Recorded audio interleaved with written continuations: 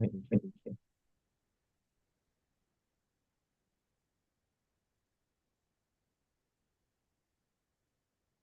right, how's it going? And How's your day going? pretty good. My day's about over. It's midnight here. So, Yeah. Uh, well, we'll get you out of here soon. no, Promise. that's all right. That's all right. Arte, how's it going, man? Doing good. Hey Arnold, good to meet you. Hey, nice to meet you. Good. How's it going with Arte? Um, I'm right on a high right now. I mean, I got to Arthur, and even though I messed that one up, he's still on the hook. Mm-hmm. But I had another just a 2 o'clock call, so an hour ago, Okay. um, with another guy, and it went really, really well. So I'm optimistic for the sales call. Okay. Good. Good. Um, let's do this. Go and start recording. Arno, I typically like to do intros right at the very beginning. But we only have three people in here right now. I would assume a few people are going to start rolling in. Actually, they're starting to roll in. Let me see who else is joining us. Um, Sorry, might not come until a little bit later. Cam is here. Rivera's not coming till later. Okay, so I guess what we can do is we can go and start doing introductions then. Um, actually, let's maybe wait for Mason. Oh, MJ's coming here. Okay. Um, Cam, how's it going, man? Sorry, can you hear me? Yep, I can hear you. Okay, sweet. Good. Pretty good. I just got back from the camping trip, so I'm on my way back home. So I gotta do it in my car before I go, Cool. which kind of sucks, but I'm here. So that's good. How are you doing? Chilling. Did you get bit by a lot of mosquitoes? No, I've never really had a mosquito bite. For some reason, my blood is just like I don't react, which is pretty wicked, but What? Dude, go to India. They're gonna be all over you, I promise. have They love American blood out there. you been Um, to India? Yeah, like every time I go there, to Bangladesh, India, for the first like 2 weeks, they bite you nonstop. It's insane. And then eventually something happens. I don't know what happens to your blood, but it's like you get bit enough times and the other mosquitoes don't want to mess with you. I don't know. It's something like it's like exotic blood to them when you first go out there. I promise you, if you go travel, it happens all the time. Is that where you're from? Why have you been out there so much? I'm from Bangladesh, which is basically right by India. Okay, nice. Yeah, yeah. Did you And like move here when you're young or yeah, I've been here since I was two. So I'm basically, yeah, oh wow, yeah. I go home like once every nice. 4 years for a month. Uh, MJ, how's it going, man? Nice. Pretty good, pretty good. How's everyone doing? Good, good. Okay, guys, let's go ahead and get started. We do have a new member, so everybody, please let's give our undivided attention to Arno. Um, and as you guys all know, we want to hear from Arno, ask him a series of questions, and then after that, the ball's gonna be in his court to ask one question. And we'll go around. Maybe I'll pick on some of you guys, or you guys can go and answer his question. So yeah, let's just be respectful of him. Arno, please take the stage, man. As who are you? A little bit about yourself. What brought you here? What are your goals that you want to accomplish while you're here? And then one question that's top of mind for you that you want to ask the other members instead of hearing directly from me. What is something you want to ask that you want to get a response from the other guys? So go ahead. All right. My name is Arno. I'm from the Netherlands. I'm a videographer. I've been doing that seriously for about 3 years now. Um, but I've been filming pretty much my entire life for as long as I can remember. I started it as a business about 15 years ago, but even before that, I would bring my camera on school trips and then make videotapes and sell them to everybody who wanted like a copy of it. Yeah, I'm old. VHS tapes. So, yeah. I also I'm a manager in an Irish pub, so I have a night job instead of a day job. I'm a runner. I run marathons, and I'm a YouTuber where I share all my runs, my training, and give run tips to everybody. So if there's any runners out here, I have plenty of tips. There's like 500 videos on there. I have a girlfriend and a 3-year-old son. So that's, yeah, basically most things about me. The reason why I joined was to see if I can take my business to the next level. The videography is going pretty well, but it's very labor intensive, and getting clients is a lot of work. So that's how I yeah got to this program through a Facebook ad.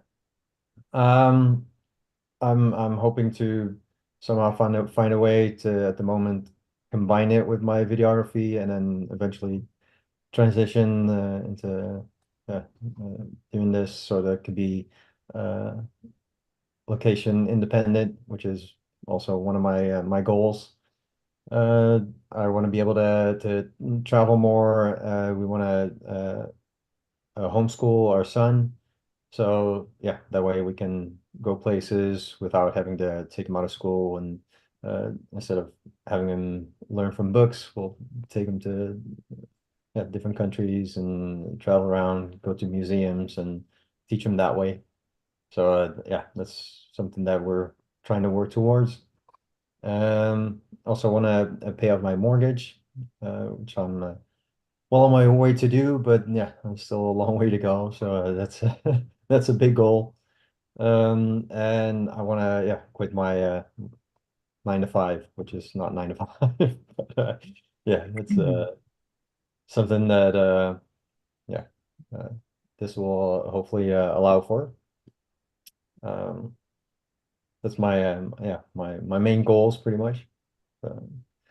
And my question for you guys is, how did it change the business that you had before that you have now? Did you transition right away into just doing this? I have no idea how far along in this journey you are, but or are you combining it with your other business, or are you doing this full time? Solid question, Arno. Thank you for the introduction. So in terms of your question, I actually, everybody, so we have different people at different stages. I'm on somebody who quit his 9 to 5, went full time into this. We had a few guys that recently graduated, Adam and Tony, who are already full time. In terms of the guys that are in here right now, Rodarte had something. He had a 9 to 5. Was laid off surprisingly, and then he's like in the process of like figuring everything out right now. Cameron, I think, decided to quit his 9 to 5 and then go on to this. MJ, he's still doing his 9 to 5. So it's interesting to see everybody's kind of like got a little bit of 9 to 5 still within them that are within this group right now. But I think maybe when Alman gets here or Jorge gets here, some of these other guys, I think maybe I can kind of pass your question over to them and kind of get their response as well. But I guess, Rodarte, if you want to share your kind of experience, and then maybe Cameron, both these guys, by the way, Rodarte is in a stage where, just to give you context, he basically niched down to HVAC and he built his HVAC funnel, and now he's doing discovery sales because we're trying to figure out how to get him to convert. That's the stage he's at. Cameron is in the process of, he's decided on niche, but he's building out the niche funnel. Both of them have already closed deals from the 6-figure 6-week sales funnel. So Rodarte, I'll give it over to you, and then Cameron, if you want to throw in your 2 cents in terms of Arno's question. Great, Arnold. Thanks for sharing that, man. I was starting to feel like the old guy, so I'm glad I have another seasoned guy here. Good. But yeah, like Coach Schick said, I had a 9 to 5. They laid me off in December. I was fortunate enough to get a severance, and I'm married, and I have a 1.5-year-old and now a 2-month-old, and I've been doing this with Coach Schick since March, I believe. And so yeah, right now it's I'm in like this transition phase where I let go, or they let me go, a 9 to 5, and yeah, I made a decision. I was like, you know what, I don't want to work anymore for another 9 to 5. I wanted to start my own business, and that's around the time I found Coach Schick, and I've been here since trying to get it going. In terms of like the journey, it's been quite a journey, man. So I won't sugarcoat it. It's been ups and it's been downs. But I think the joy I'm learning is in the journey. So like just going through this, and You know, right now, like Coach, I've niched down to an HVAC. I think I have about a few weeks left in the program, so I'm really eager to sign these before my weeks are up. But yeah, I'm optimistic. I'm glad to be here. All right.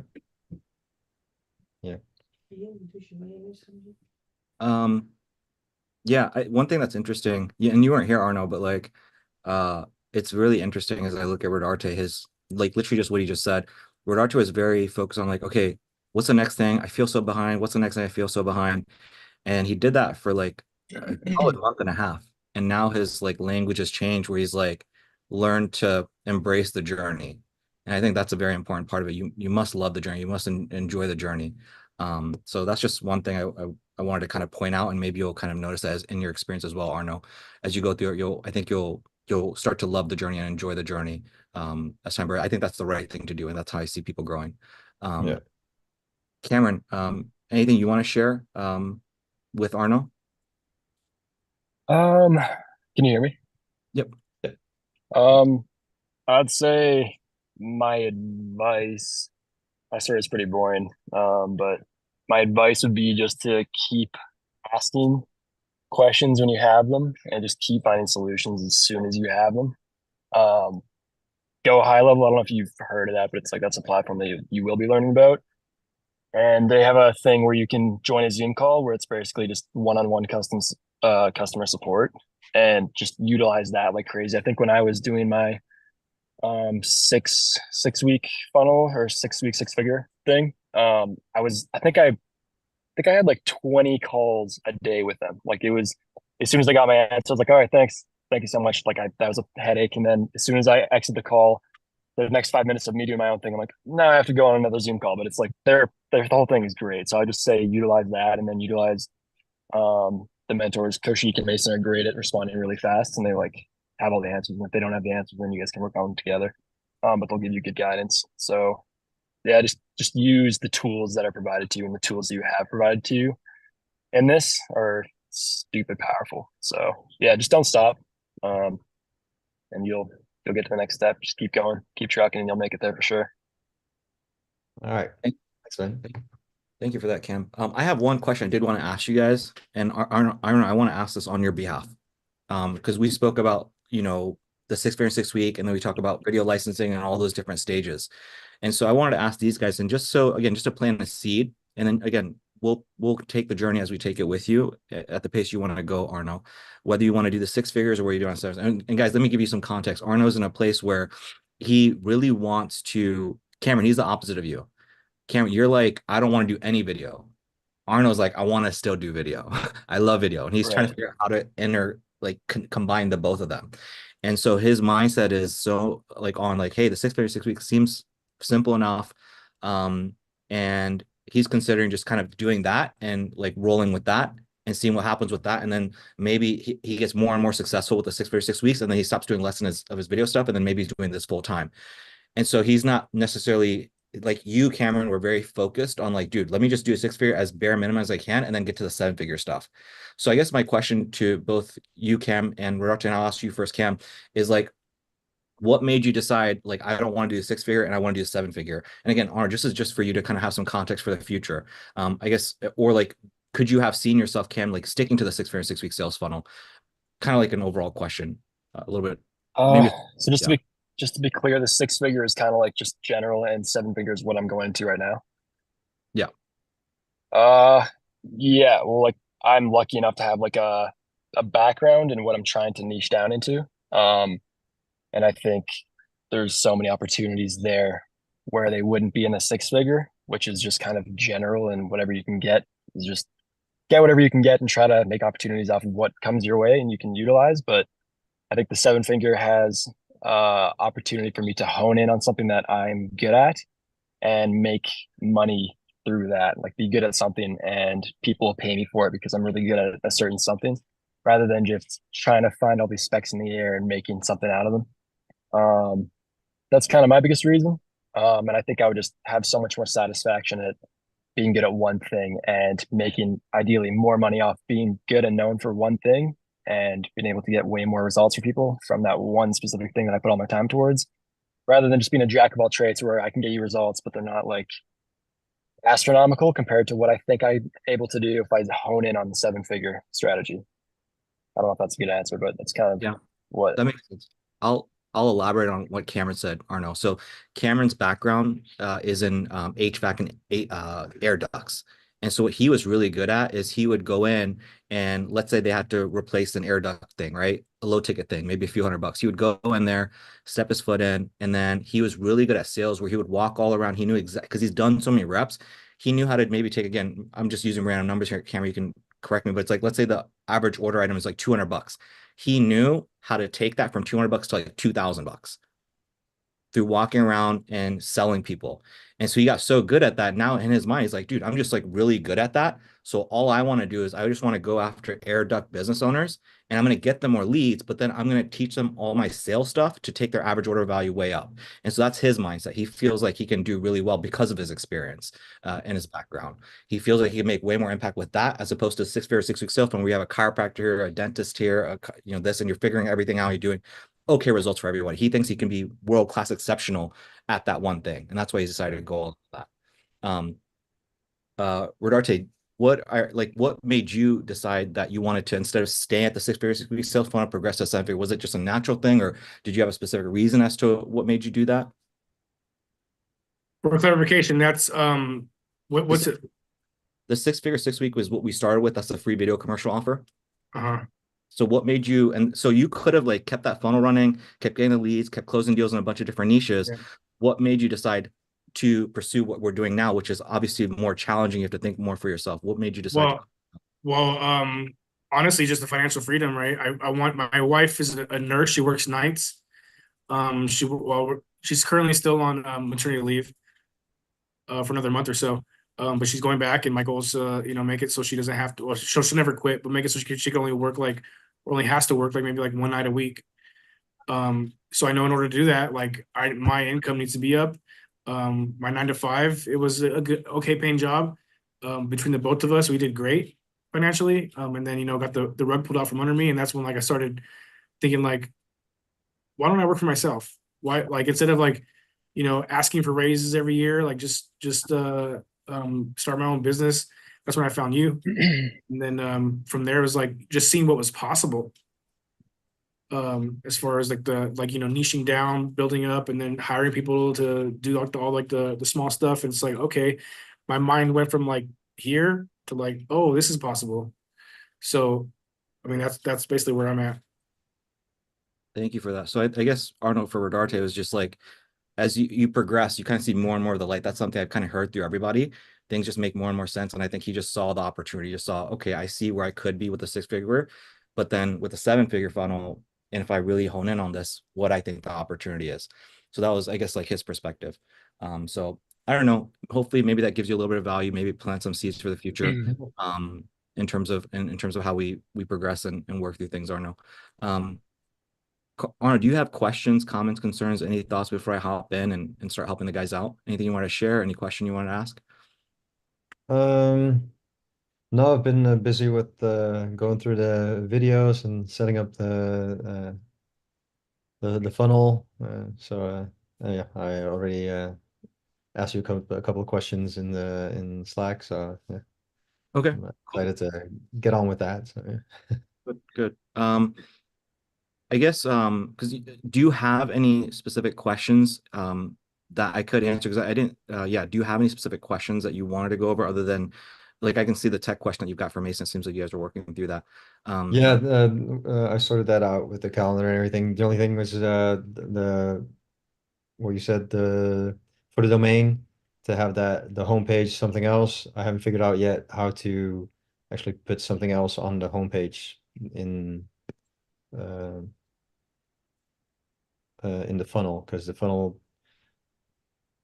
has the pages there already and doesn't have room to make a page for the homepage. So I can find that anywhere.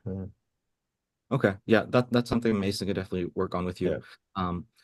Really quick, I guess like one thing that was on my mind is, have you decided what you want to do? Do you want to like run the ad to the United, do you want to run the funnel to the United States? Do you want to run like what's kind of your thought process in terms of what you want to do? Are you going to be filming content? You say, hey, look, let's not do that for now. Let's have one that goes to the United States and one that goes to Netherlands.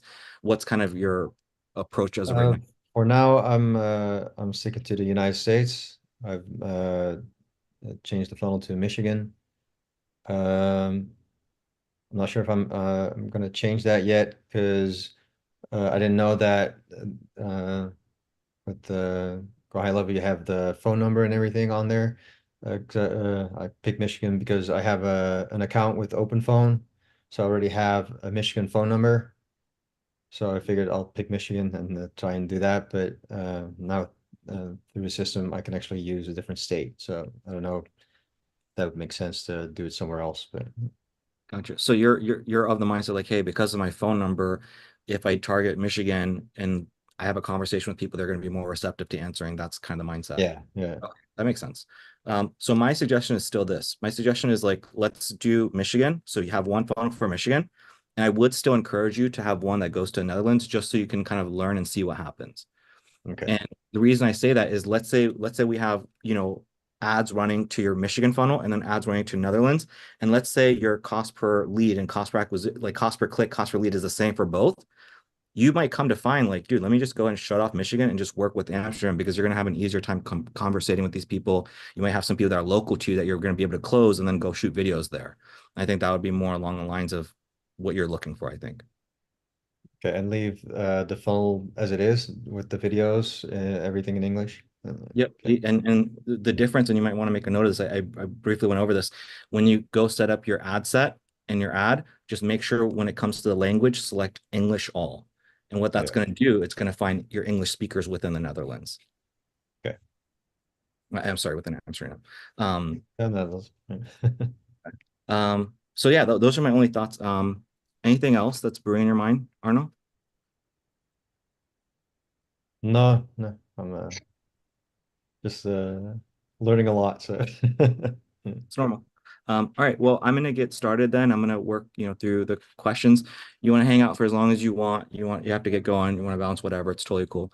Right. But yeah, okay, Yeah, I'll stick around. cool.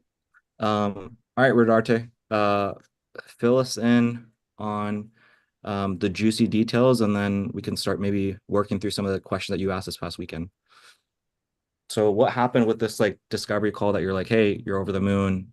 I haven't seen you smile this hard in like weeks. So like, what's going on? Can't hear you. I think because he was like the most open one I've talked to, man. Like everyone is so like tight-lipped. Like he just started the conversation like, let me tell you about my business. This is me. I come from the UK. I've been here for so many years. He's giving me his struggles like right away. So I was like, I felt like Neo in the Matrix, man. I could see like, oh, you only have, I guess like picking the bullet, dude. I was like, oh, you only have one client that's your bread and butter, dude. Like, what happens if they terminate your contract? You'll be fucked. He's like, yeah, I know. It stresses me out. I'm like, oh man. And then it's just like another one was um, I get about 100 clients last month, new clients, which is good, but they're all from warranties. Like, oh, so none of these leads are yours. Like, you're just getting table scraps. He's like, yeah. And I'm like, okay. And then I just kept like it just kind of clicked for me. And I was like, okay, so now I wasn't so I was just like loose. And What clicked for you? When you say it clicked for you, what clicked for you? like seeing how to like I see it on paper, man. And I guess like my background, like sales is like the hardest thing for me, right? Which is like the number one thing. So I'm not as blessed as Cam here. But like when it comes to like the gift of gab and all that. But yeah, I was just starting to click like, okay, he's giving me all this ammo, like just right off the bat. And I was like, I'm writing shit down. I'm like, okay, this. And I'm like using that in my like how we're gonna fix. Like, oh, okay, your problem is like you need leads because you have none coming in, but also like client retention, like no one's calling you back hardly. And then he's like, yeah, so we'll increase your lifetime value. Like that's something we could do. And then just go like one by one. I mean, I got and it was a very, very short call. It was like 15 minutes or 10 minutes. So that was nice too. And there was no like Russian KGB guys um grilling me like in like my last one. But yeah, so it felt smooth. I mean, he was very receptive, and he was like, yeah, like of course, like you wanted to have I didn't call it a sales call, I said a demo. But he's like, yeah, let's book that. And I said, okay. And then I offered tomorrow. He said tomorrow he's not available, but he can do Wednesday. I said, okay, great. And then basically that was it, man. But like, yeah, he was giving me some nuggets there. But so when you say it clicked, I think like what I heard was like, it's like you understand the premise of like, hey, I gotta extract some pain. I gotta get them to feel like they need some help. I gotta get them to want some help. I gotta get them to believe I understand their pain points and that I can help. And so all these things that you understand on paper, like I gotta do it. Sometimes maybe it's a little bit challenging for you to say the right things to get them to say that, but with this guy, it's a little bit easier because he's a little bit more open and fluid. And so you saw it come out the way it's supposed to come out. Exactly. But You saw what where I've struggled was getting it out of them. And I've tried, but it's just like those Russian guys, man, they were just like when I first talked to him, it was a discovery call. He wasn't giving me anything. He was asking me like, "Why are you asking me these questions?" And I'm like, "I'm just trying to learn your business, man. Like, I want to know if I can help you or not." He's like, "You help me or not?" I'm just like, "Shit!" Like, I felt like I was like in the crosshairs of. But this guy was, like I said, was just very open and yeah. So him being forthcoming with all like just being an open book allowed me to see like, okay, this is how it should go. how it should go. Okay. Yeah. So now that you know that, I guess like what changes in the future now? Now that you know that, now that you've experienced that, like what are you gonna do with this in the future? Like how are you gonna leverage this? Well, I mean, like the goal is to extract that from them. So the question is like, how do um I guess just like I mean I really don't know because I've been asking these questions and like I had another discovery call before that this morning and the guy Scott is who I thought would have really went well, but he was just like he was very tight-lipped again and he was like an older guy. He was just like hard to get like one word answers and I'm like, okay, well, tell me more about that. Like, what do you mean when he's like, and it was just clunky. It wasn't my worst, but it was just like clunky and like, okay. And then by the end, he says, I just didn't close it. Basically, it was like, we'll get back to you kind of a thing. I was like, oh fuck. So, so yeah, with this guy, it was just like, I don't know, much more smooth. So to answer your question, man, I gotta look back. I gotta go back and look at all these discovery calls and see what it is that I did or what it is I need to do. Yeah, definitely. Like this is whenever I have like a really good call, I spend a lot of time just studying it and trying to study the behavior all the way from the beginning of the ad to like everything that may have experience and try to re-engineer those things.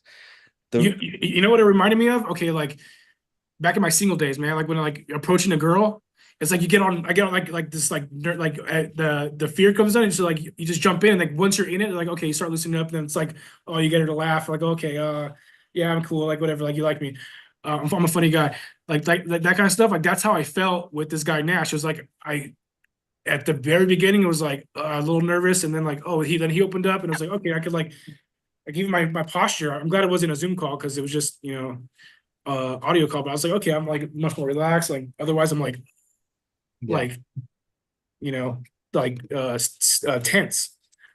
Yeah. So let's definitely like study that call and try to figure out what happened in terms of what you said. I promise there's certain things that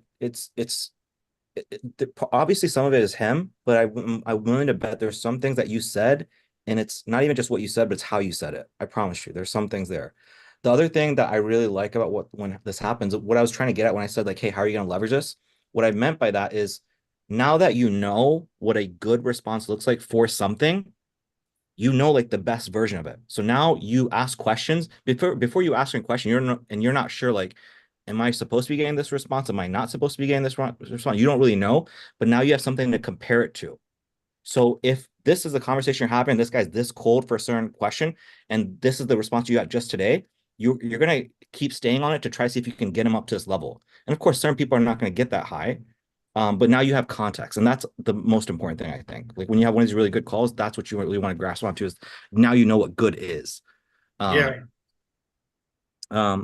that being said, man, like anything else you want to like go on about regarding this call, or do you want to dive into maybe some of the questions that you had, some things that we could do? Well, I mean, what I'm nervous about is the other guy having the hook, Arthur, the I Russian guy. actually like that. I skimmed through it, and I actually think he's closable and sellable.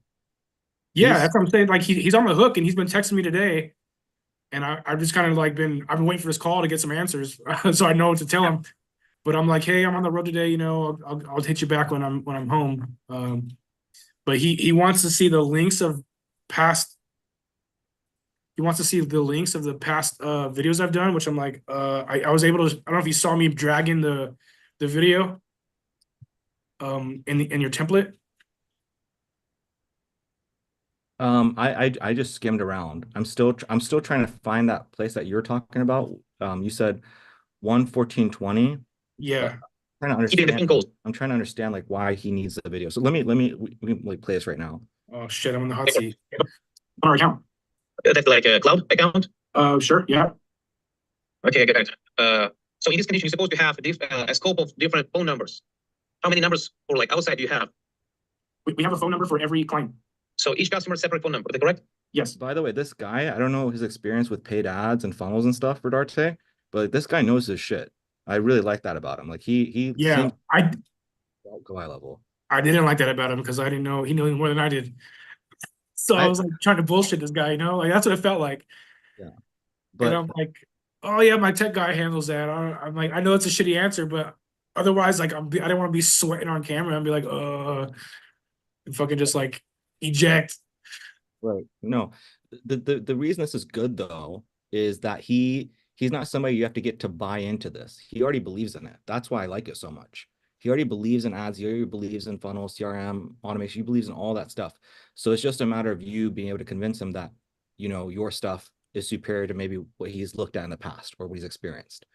That's all. And then he'll buy. So in other words, when we send text messages that are marketing for your business, Mhm. it's just your number. We don't do any other business with that number. Okay. Okay, I got it.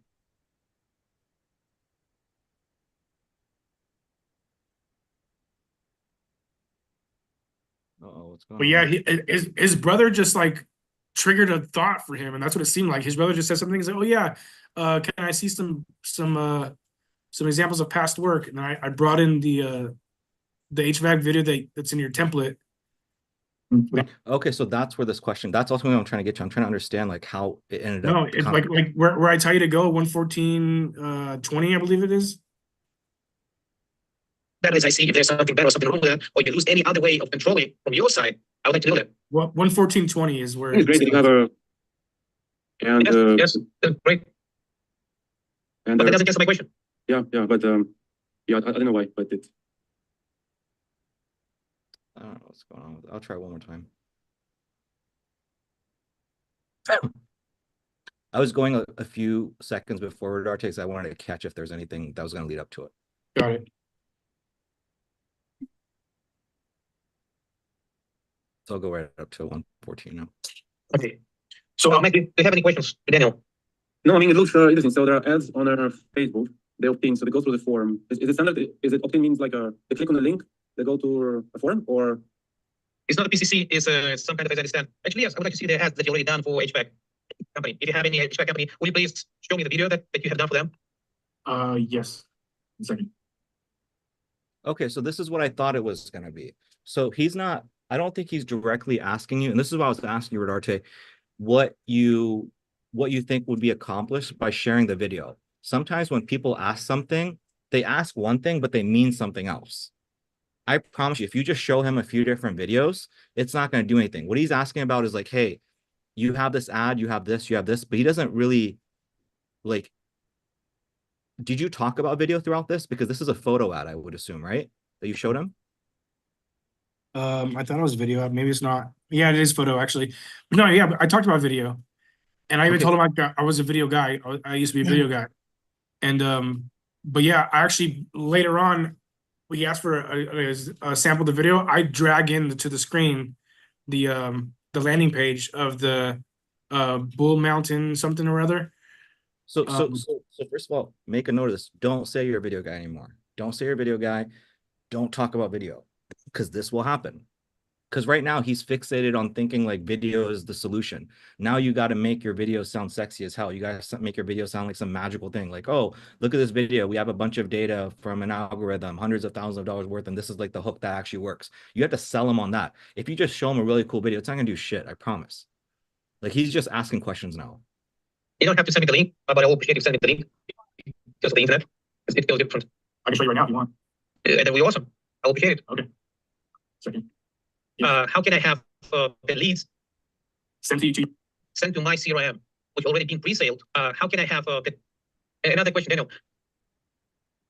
Another question, Daniel. How can I have the leads, which already been pre-saled, sent to my CRM? Okay. Yeah, so I think what he was looking for. So here's how you solve the problem, Daniel. It's not, again, you can upload the video and this and that. But I think the solution is to sell this harder. I have to go back and watch it to see how hard you're actually selling it. I think that's what the solution is. So for example, if I'm going to take somebody through my free video commercial offer, I'm going to say, hey, so here's our ad. It's a great background with some red text. And I know what you're thinking. How on earth could this generate 7 figures in business for videographers? Well, I'll get to that here in a second. Here, I'll give you a little tip. What we're doing is we're targeting business owners that are interested in video as well as paid advertising. What we're doing is we're putting people right into a trap right from the get-go. And I'll explain that here in a second. Okay, so then what we do is we go to option page. See how sexy I'm making it sound? I'm selling the crap out of it. That's what you have to do. Does that make sense? I don't know if that's making any sense at all to you. Oh yeah, That's what you have to make it sound there's again new, unique, superior. You have to sell it like that way instead of just like here's a photo ad. It all starts with a photo ad. No, why is this the photo ad? What are you doing here? Make it sound sexy. And I promise you, what happens when you do that is you're not going to get the question of like, hey, let me see the videos. I promise. That's how you prevent it from happening in the future. Now, in terms of how you solve the problem with this guy, my suggestion is this. If you want to get back to me and like literally type out, like, I'll ask you a question before I even give you, actually, let me just ask you this question first. Again, I didn't listen all the way through. Walk me through what happened at the end of the call for him to say, move forward. Like, where are you in the conversation? Did you go over price? Did you not go over price? Are you in a place where you're just going to answer some question that you're going to pick it up on another call? Walk me through, like, I guess, like what's happening here. What's happening where? Like towards the tail end of the call, like what happened? What was the conclusion of the call? Like he said, like, did you get to the offer? Did you not get to the offer? Well, no, he basically said before he makes a decision, he needs to all those questions to be answered. And I was like, yeah, okay, I'll ask my tech guy, get back to you. But yeah, the offer was already made. Like they know the price, and that, yeah, and that's fine. Like when did you go over the price within this video? I think it was in the discovery call. Oh, so he's somebody that you actually share the price with on the discovery call. I'm trying to think. I think because he was KGB, right?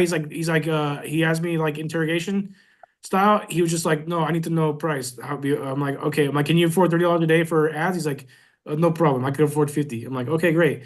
And then so I think and then he said, well, how much your service? I said, 1,500 a month is our service.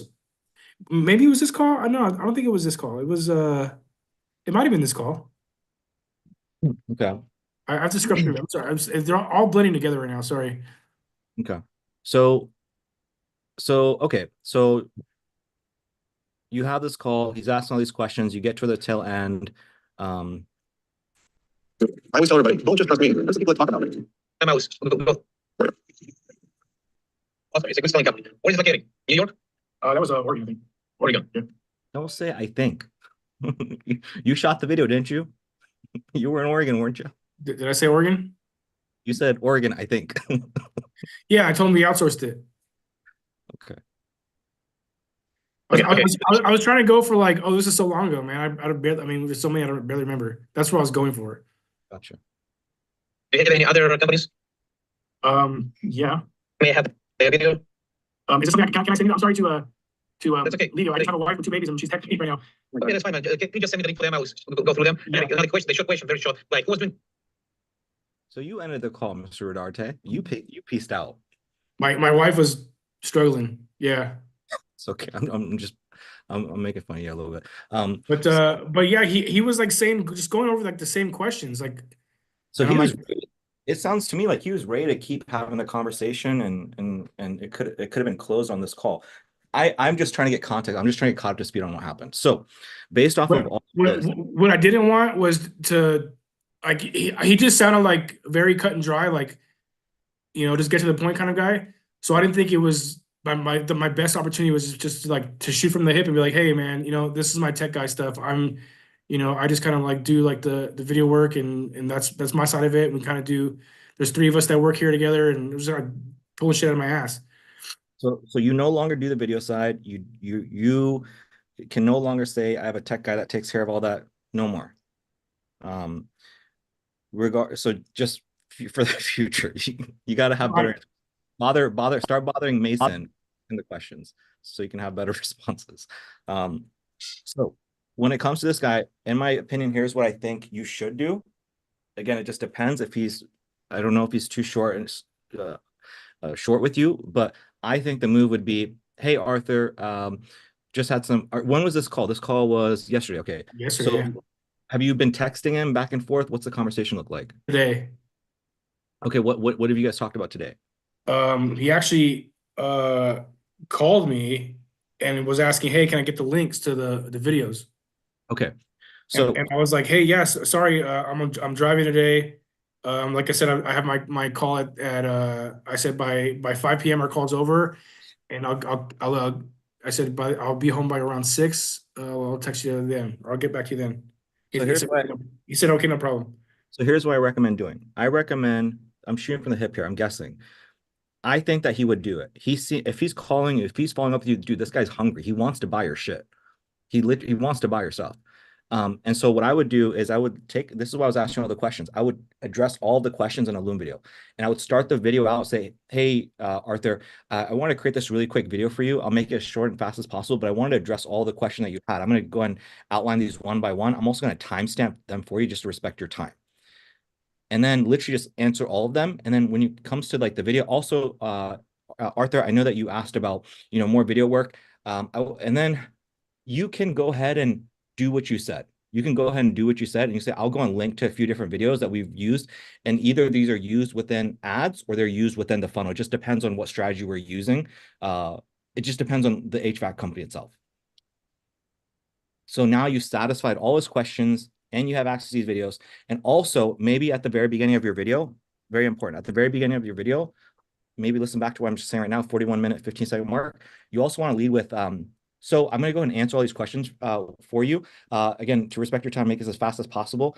Also, after you've gone through this, man, after you've gone through this, Arthur, I'm happy to hop on that call and complete the call with you.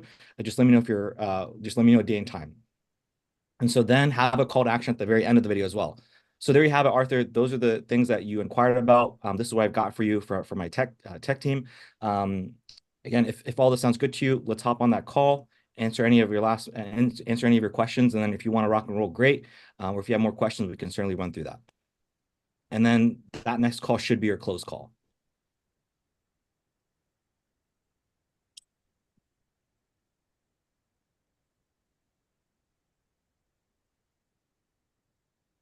I guess, except my follow-up question for me is, like, how, when it comes to the questions he's asking. So he's asking like, and this is, again, man, ignorance. How do I record calls on Go High Level?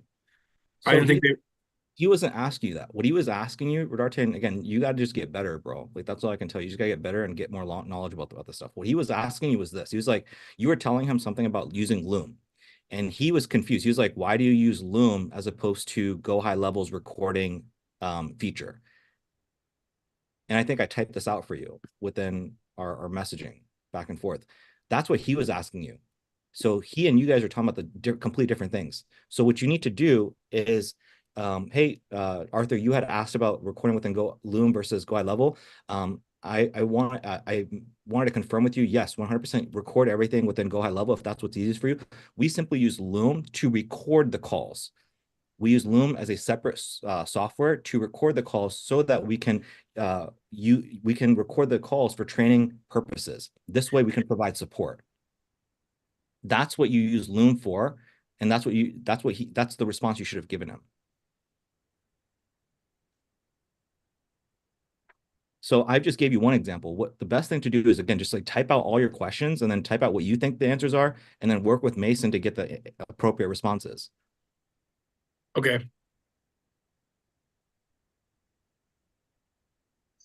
But I mean, he was asking about recorded phone calls that he can have access to, so he can basically see how I'm selling selling the, like, what, basically he wants to check and hear and see what I'm doing when I call these when I nurture these leads, because that was part of the sale.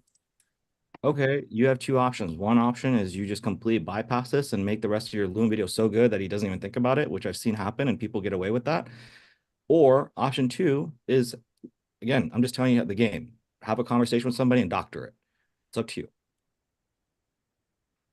I would not recommend the second. I would actually recommend the first for you. Because What do you mean have a conversation with somebody and doctor it? like literally like have your wife's friend call you and ask about like some HVAC service and you're literally working the lead. Oh, no. Sorry. He wants to hear when I'm talking to his leads. That's what I'm saying. So he's asking about that in the future. Yes.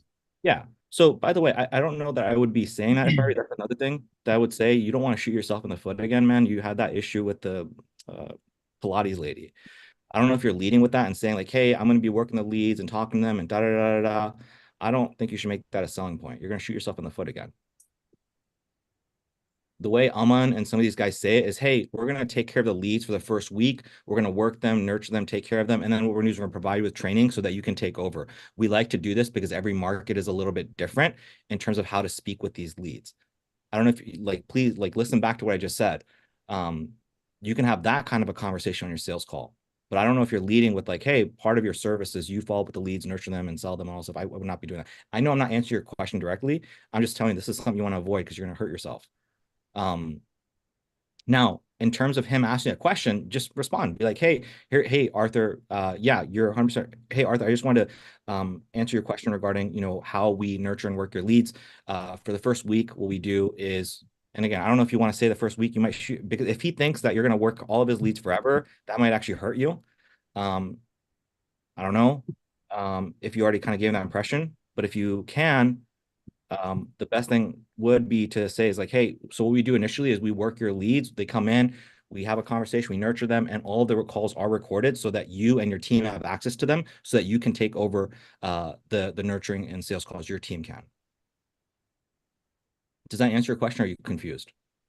I'm just thrown because I thought that was like part of the whole 7-figure thing, was like we hired Filipinos to do all that stuff that I'm doing now.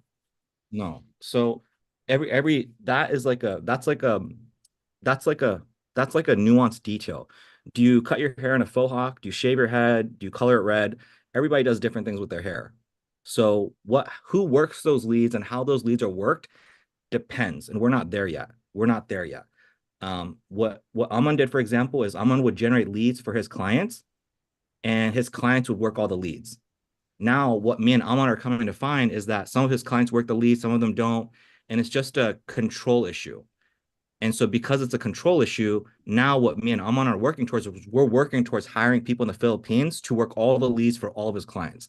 But that's a nuanced case. I mean, not even a nuanced case. That's after 6 months of doing this. So I wouldn't necessarily recommend you doing that. If I'm you, I would try to get them to work their own leads for now. Why? Because Rodarte, you got to focus all of your time and energy on just getting better at sales, man. You don't, if you start, let's say you take on this guy and let's say you start following with his leads. How on earth are you going to have time to keep doing these discovery and sales calls and get better? You're not gonna have the time, man. What I will say, dude, is like, this is actually plays to your advantage, Daniel, a little bit, because in the HVAC niche, just based off my experiences, because I've worked with a couple before in terms of like just doing video for them. Their staff is like super, super trained on answering calls. So like, I mean, my opinion would be like, I would even just have them take the calls and not even take them, like personally, in my opinion, especially for your HVAC niche.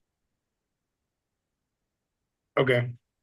Yeah, for now, man, like definitely don't don't make that, yeah, let them work their own leads. Yeah, I mean it's different, man. Like, I mean, if we just use a haircut for example, I mean, you can hire someone from the Philippines, they'll understand that someone's getting their haircut, right? But for HVAC, it's like, what's your current system? What you're currently using? You're looking for an upgrade. When did we install it? This and that, right? You're not going to be able to answer those questions if they start to say like, hey, we installed this in 2014. We still have the receipt, blah blah. You're like, I don't even have a fucking database of this shit. I don't have their address. I don't know where they live. I don't know where the service area is, etc. And like that's what their staff is really trained on. So I think that's what's going to help you out. All I would focus on is just getting better at sales and generating the leads, in my opinion. 100%. Okay. So then So- to Go ahead. Go ahead. I was gonna say, so to answer his questions, the ones that I messaged you about. Yeah. Um, So what? it's all possible, right? What he was saying. So let me pull up the questions. So I'll just tell you, I'll have to backtrack then because Yeah, let's just do this. backpedal. Literally do this, man. Like, type in his question as close as you can, verbatim what he said, and below that type in your response so that we can see how you're thinking through things. And then whatever maybe you don't have an answer for, it's not the best either. If it's not the best answer, not necessarily the answer that we would give, I'll come in there and I'll tell you, here's what I would say. Here's how I would answer it. Or if you don't have an answer, me and Mason will come in, we'll help you fill in the gap there. And then, so that's step one. Step two is then we go ahead and record that Loom video. Okay, I told him I would do this today, so I mean, I just gotta do it, I guess. Okay. Social media, and then the I guess this could be a tech question for later, but like the CRM, like, or sending the leads from Go High Level to another just to his CRM. Are you That's familiar obviously some. I'm with, sorry? you familiar with Zapier? No. So Zapier is a tool. It's a software, and literally its only function is to get softwares to talk to each other. Okay. Get Go High Level to talk to ClickFunnels to talk to something else. Like it allows you to automate things. So if somebody becomes a lead, for example, within a pipeline, what you can do is you can set up an automation so that somebody, as soon as they get into the pipeline, they get pushed over to his CRM. You can use Zapier to do that. Okay. That's And something. another thing he was asking, sorry, this just came to me, was making calls. He wanted me to, I think he was saying, I have to go back and watch the video because it was so hard to understand him, but he was wanting me to make calls through his Zoom. I think that's what he was saying, was like, so in other words, the leads come in, I call, and then yeah, I was saying like, yeah, we nurture the leads. That's what I told him. So I don't know, I have to like backtrack and say like, oh yeah, for the first, whatever weeks or whatever, we do that. That's why our price is so cheap, maybe. But then after that, it's like, it's we hand it off to you.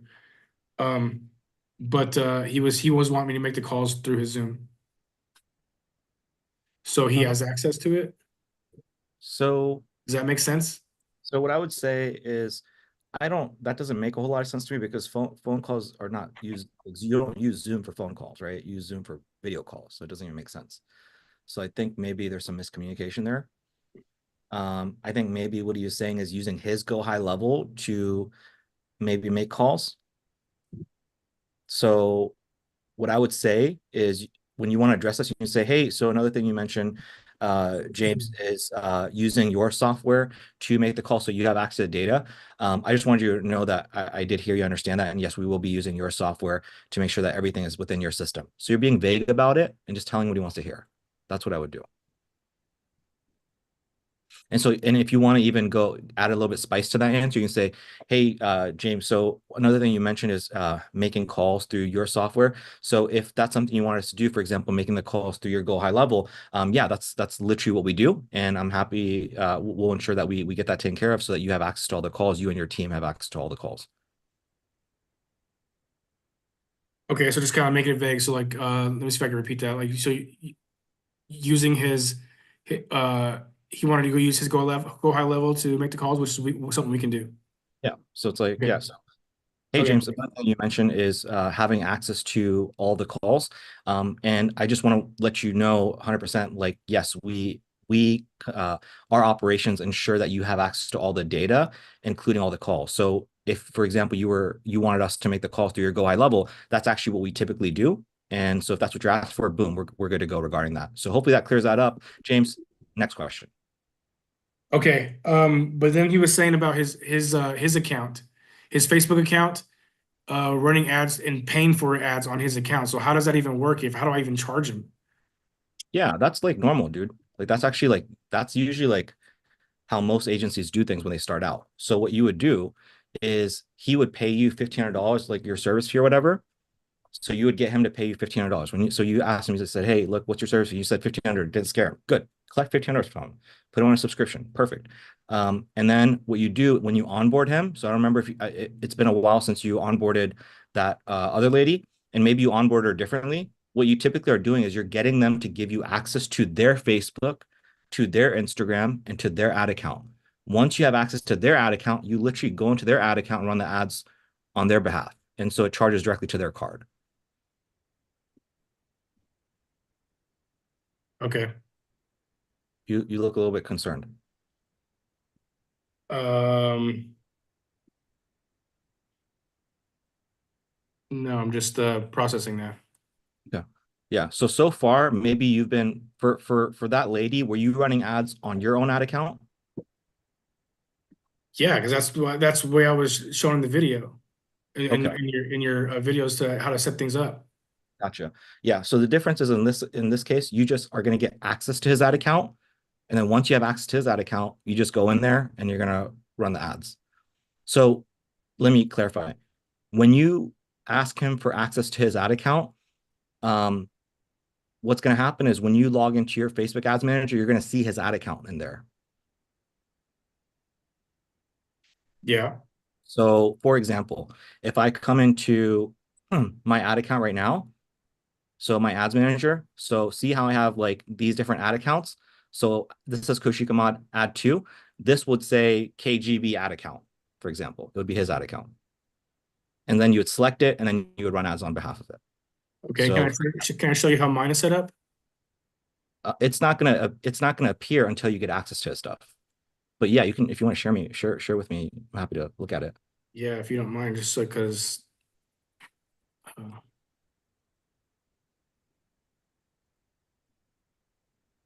So this is my account. Yep. So exactly. So And then, but I have in my campaigns, I have the Pilates in here. exactly. So you're running everything from your ad account. You're not going to be doing that in this case with him. So if you go back to of Acorn's ad account, hover above, yep, click there. Yep. I'll see his account here. And then you'll click on it and then you'll just run the ads from there. Very simple. Okay. It'll make sense when you see it. I promise. It'll be So then the price point I gave him as like I forget what you call it, but it's like a test, like I hit $30 a day in ads. That's what I used for him in the discovery call, and he was like, okay, and that's what led to the sales call. So the $30 a day is going. I'm not seeing that money. It's going to him. So the money, exactly. So the money that you're going to be seeing on your sales call when you have it with them tomorrow or the next day, you're going to be asking for $1,500 as a subscription to get him set up. And then the ad money has nothing to do with your ad money. And then you're going to simply go into his ad account. And when you go into his ad account, you'll spend $30, $50, $100, $200, whatever he wants to spend per day. I see. Okay. So it's going to be very different than how you position with Ali, or I think that's her name, where you position the $8,000 and part of it was ad spend, part was your service. You're not doing that. You're just, my service fee is this, and then that's it. Okay. Since I have you looking at this, should I be turning off this new ad set? Because as you can see, it's $104 per lead. And this was you were kind of telling me to let it run, and I don't think it's really performing that well. Yeah. Yeah, I mean, yeah, go ahead and shut it off then. Yeah. This is the new ad set, yeah? Yeah, but I was asking, is like, well, I only spent $30 here for the image ad since the 12th. Huh? which isn't bad, I guess, but should I just turn this? My question was, should I just turn this ad off so it all goes here? I see. Scroll to the right again. I want to see your cost per lead. Let's do this. Do you have, is the targeting the same or is the targeting different? The The tar- targeting is this is the one where I targeted Like the sorry. ad set is the same as the old and the Yeah. new ad set. The targeting Yeah, I just duplicated this is what I did. All right, let's try this. Let's go ahead and shut off the new one, try to duplicate it again, but use slightly different targeting. Shut off the new one, duplicate it, and then target how? Because I used Advantage, the AI, whatever. Oh, okay. So you didn't put any interest in there?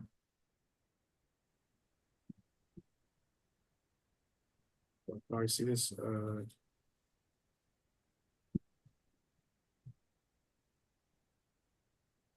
I mean, it's You're duplicated from whatever the original one was. click So on Advantage Plus.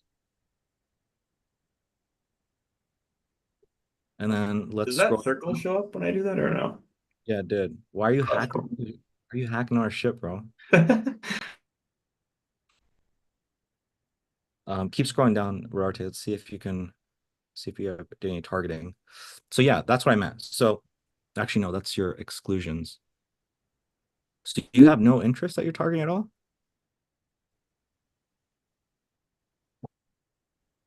no, remember I was just using I strictly used like the whole Facebook prompts.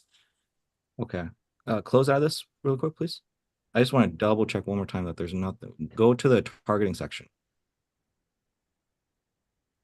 It's not gonna have a targeting section unless it goes to the original audience. Hmm. Okay. So let's do this. Here's what I think we're going to end up doing. I think the way to help you scale, I think, is going to be a CBO campaign, just based off what I'm seeing. If Advantage is working, I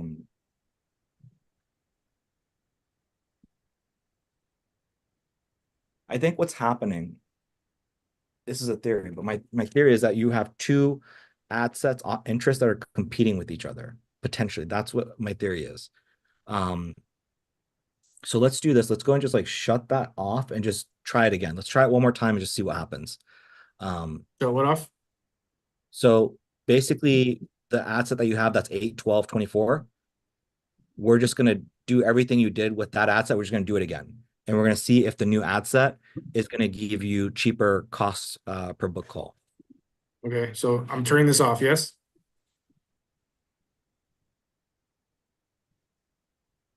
And then you said duplicate it? And so do a select it first. Okay, yeah, I remember. And then, yep, quick duplicate. Boom. Duplicate current setup.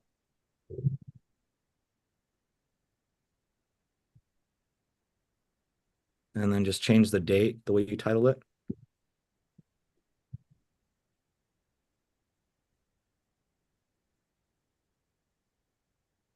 Let's say 18.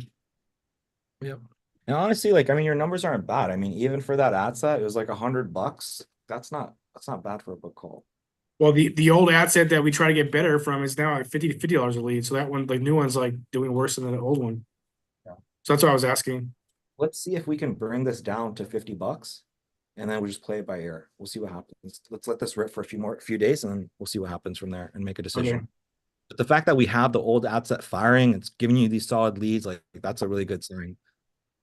Okay, so just publishing it from here. Yep.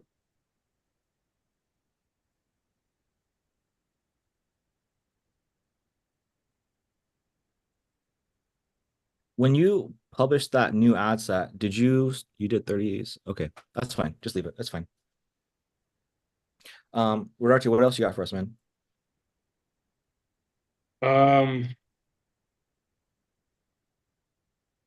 Access.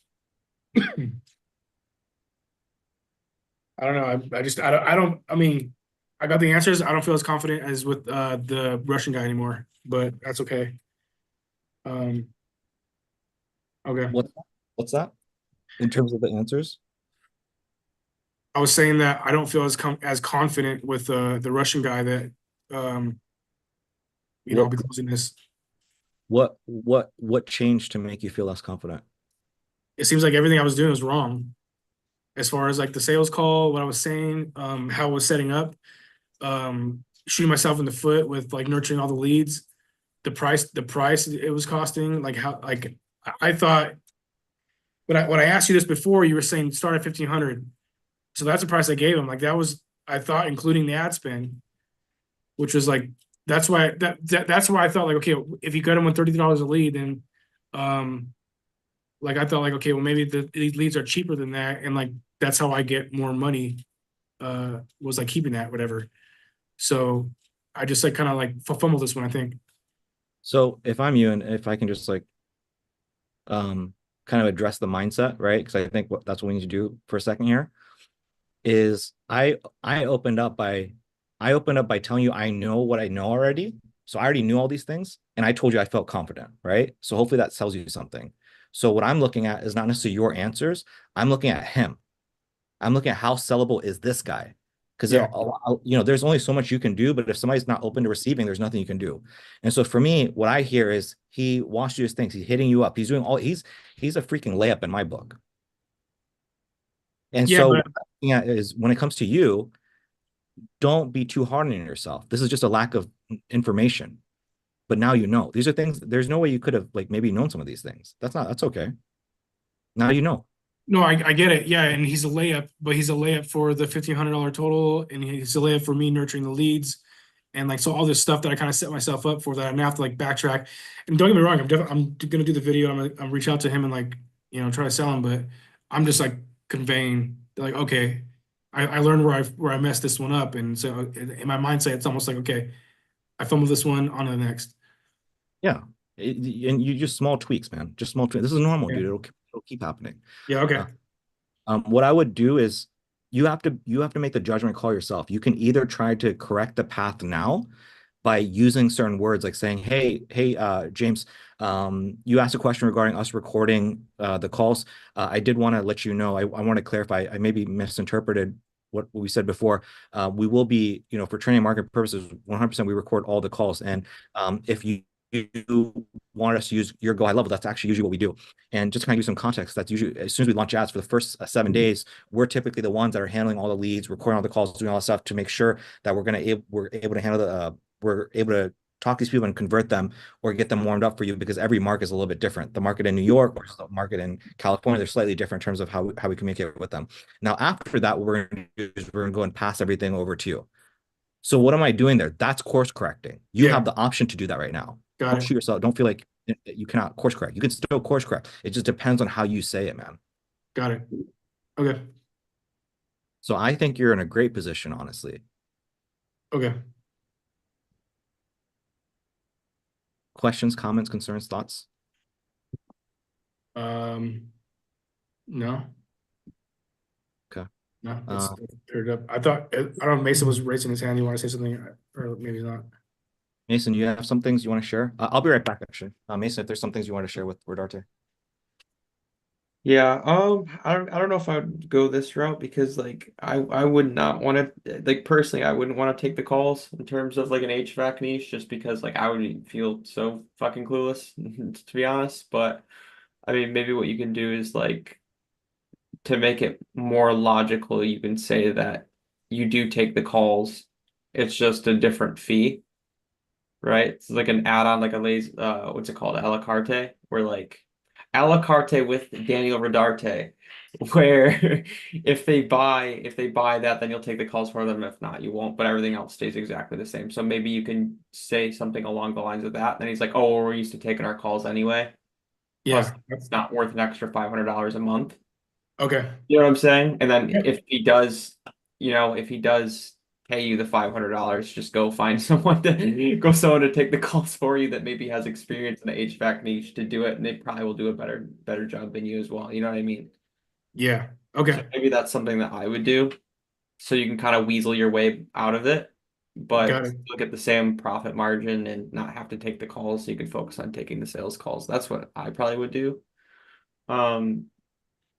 But in terms of HVAC, like if you're definitely going and niching down in that route, I would definitely look into like a lot more of Google My Business and running Google Ads and finding an expert in the Google Ads world. I think I have someone that I might be able to send over to that has a lot and loads of experience. But I think he's like $500, $600 a month per client. But I think he does really, really good at what he does. And maybe you can learn from him, or at least see what he's doing in terms of like setting up the campaigns for you, and you can just take that and duplicate it and move it on to the next people. Okay. Roger, That's go ahead, No, Nelson, I'm that's sorry. that's good. I got a good course of action here. Cool. Anything else you want to go over, Arte? No, I think I've taken too much time already. So, thanks. Appreciate it. Hey, no need to apologize. You just better go close those deals, bro, or you're in timeout. You're gonna be grounded. You're in the corner if you don't close these deals. Better close these layups, man. Yeah. Okay. All right, man. Okay. Keep us posted. Okay. All right. We'll do. Arnold, have we scared you? Are we scaring you? Are you getting scared? Fear factor a little bit? No, you but chilling? it's a big learning curve. Yeah. Rodarte's he's a little bit further out. That's Rodarte. I think he's like 5.5 months into the game, so it's quite a bit out. But eventually, all that stuff will sound very familiar to you as well. Okay. Cam, I think you're next.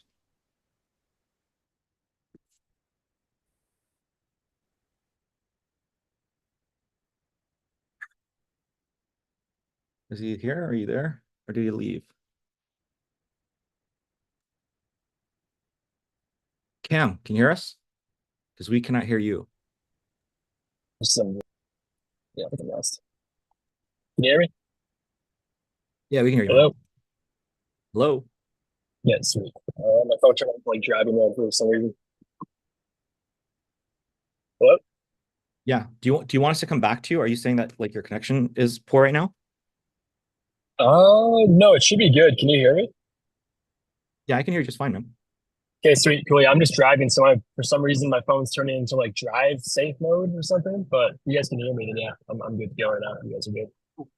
Yeah, man. So what did you specifically want to go over? I'm kind of in terms of the Slack, it says going over answers from the interview with the duct cleaning business owner, getting feedback, perspectives on the answers. Yeah, I'll kind of like leave it open to you in terms of like question you wanted to ask or how you want to take it. Yeah.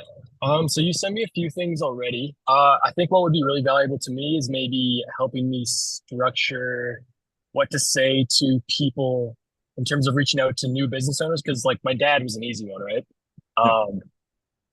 But even from him, he didn't even really want to share his info because the duct cleaning business is kind of like a cutthroat game, apparently. Like there's zero business owners that are friends with each other in the duct cleaning industry, or it's hard to do that for that reason. Like it's just kind of dog eat dog out there. And when my mom heard what questions I was wanting to ask her, she's like, unfortunately, I can't give those out to like the public. And I tried to explain to her, this is not going anywhere except for me. And the reason why I'm asking these questions is just for simple info on how I can structure an ad to help people like you. And then so it's kind of a weird, I wasn't expecting that, especially from my mom. Yeah. But I guess off what my dad told me, he was kind of like, just don't tell your mom or else she will flip. Because they're business partners, right? So they work together. And so I guess what would be helpful for me is my dad gave me one contact, but he also gave me like some contacts to a place that's called NADCO, which stands for something.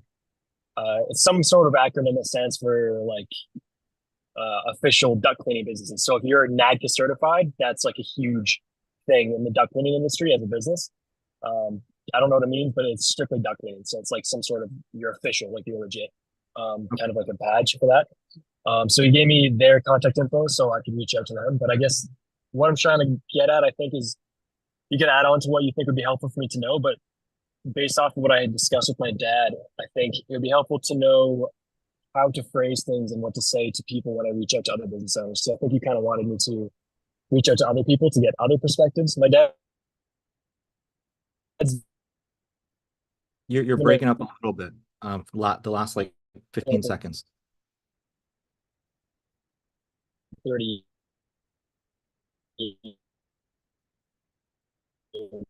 but like you said, just, the more the merrier. So I think I'm at the stage and that's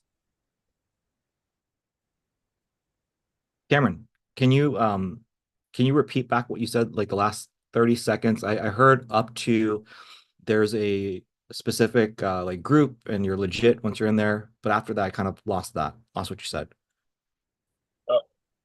oh hello? Yep, I can hear you now. You keep cutting out. Yeah, you keep cutting out as well. So I'm gonna try to pull over on the side of the road so it's consistent. Okay, sounds good. Yeah. But what I'm trying to figure out is things and proper ways to phrase things to get the answers that I want out of other business owners that are duck cleaners, just so I don't scare them. Sure. I want to make it clear as to what I'm getting and how there's no threat. It's just for my knowledge, which is literally just like the headline to acquire clients. Sure. Like you. So yeah, that was going to be my question to you, which is like, what piece of information? But like I said, it's such all that actually just by talking to my parents. So yeah, so I guess my question to you was going to be like, what piece of information do you feel like you need right now? And you basically gave me the response that I was looking for, which, correct me if I'm mistaken, is basically, question 16 here, which is if you saw an ad from agency, which of the offers would you be more willing to do? Right? Like it's a very simple question. You don't need to run through all this stuff right here. I can totally see how this stuff is very like sensitive, but this is like a very simple question. I think I would assume, again, it's me maybe like having a lack of knowledge of the industry, but that's pretty much all you need to know, right? And so I think what you could do is you have a few different options. Can you hear me, by the way, Cam, and what I'm saying? Yeah, I can hear you. Yeah. So there's a few different strategies that you can use, man. It's up to you to use your discernment of what you want to do. One thing that you can do is you could totally just use Drew's strategy here within how to grow your business organically. And you can kind of watch my video here where I kind of overview Drew's strategy. And then you can literally like go to like Drew's, actually, no, he doesn't have. Yeah. So yeah, you can watch like Drew's approach. And so what Drew would do is he would literally just be like, hey, can you give me a quote for this service? And then they would say, yeah. And then he would hop on and then he would ask them a few questions and then he would do a bait and switch. So you can totally do that. And again, I can't dive super deep. You have to watch the video to kind of like see step by step what he says. And he really does a great job breaking it down. And what you can do is you can go in there and say, hey, look, here's why I actually called you. We are a marketing agency. And what we do is we generate leads and sales for businesses. Right now, we're actually just like doing you can kind of position it as like a survey. And so for the survey, in exchange for just answering a few questions, what we could do is we could do a free trial for you. So boom, now you actually are getting some free trials for some information. You could do that. That might be a more challenging approach. It might not be worth the work, but that is something you can do. That's one option that you have. Before I continue, does that make sense or no? Yeah, it does. Okay, so for that one, if you wanted to check it out, you come into how to grow your business organically, give this video a watch, go to the coaching call.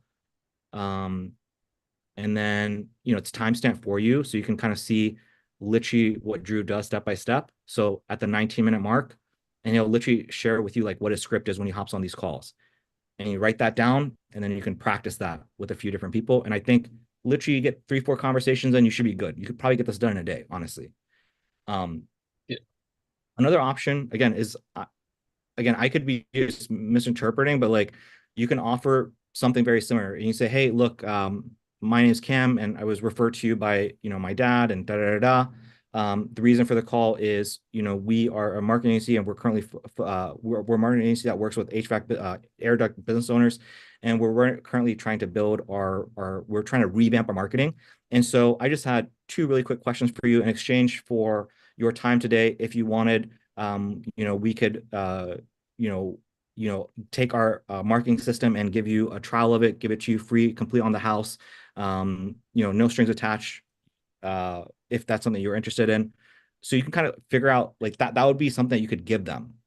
Yeah. What I like to do. Is it? Yeah. Yeah, go ahead. Is there any way I could avoid a free trial of anything? Because the context that I've been given is from my dad, which is still in Edmonton, which is where they have their business. And I wouldn't want to even come close to giving any of their competitors anything. That literally, that went to like my next thing. What I was going to say is like, for local people, I actually recommend an exchange of a trial to just like shoot a video for them, which I know you hate. So,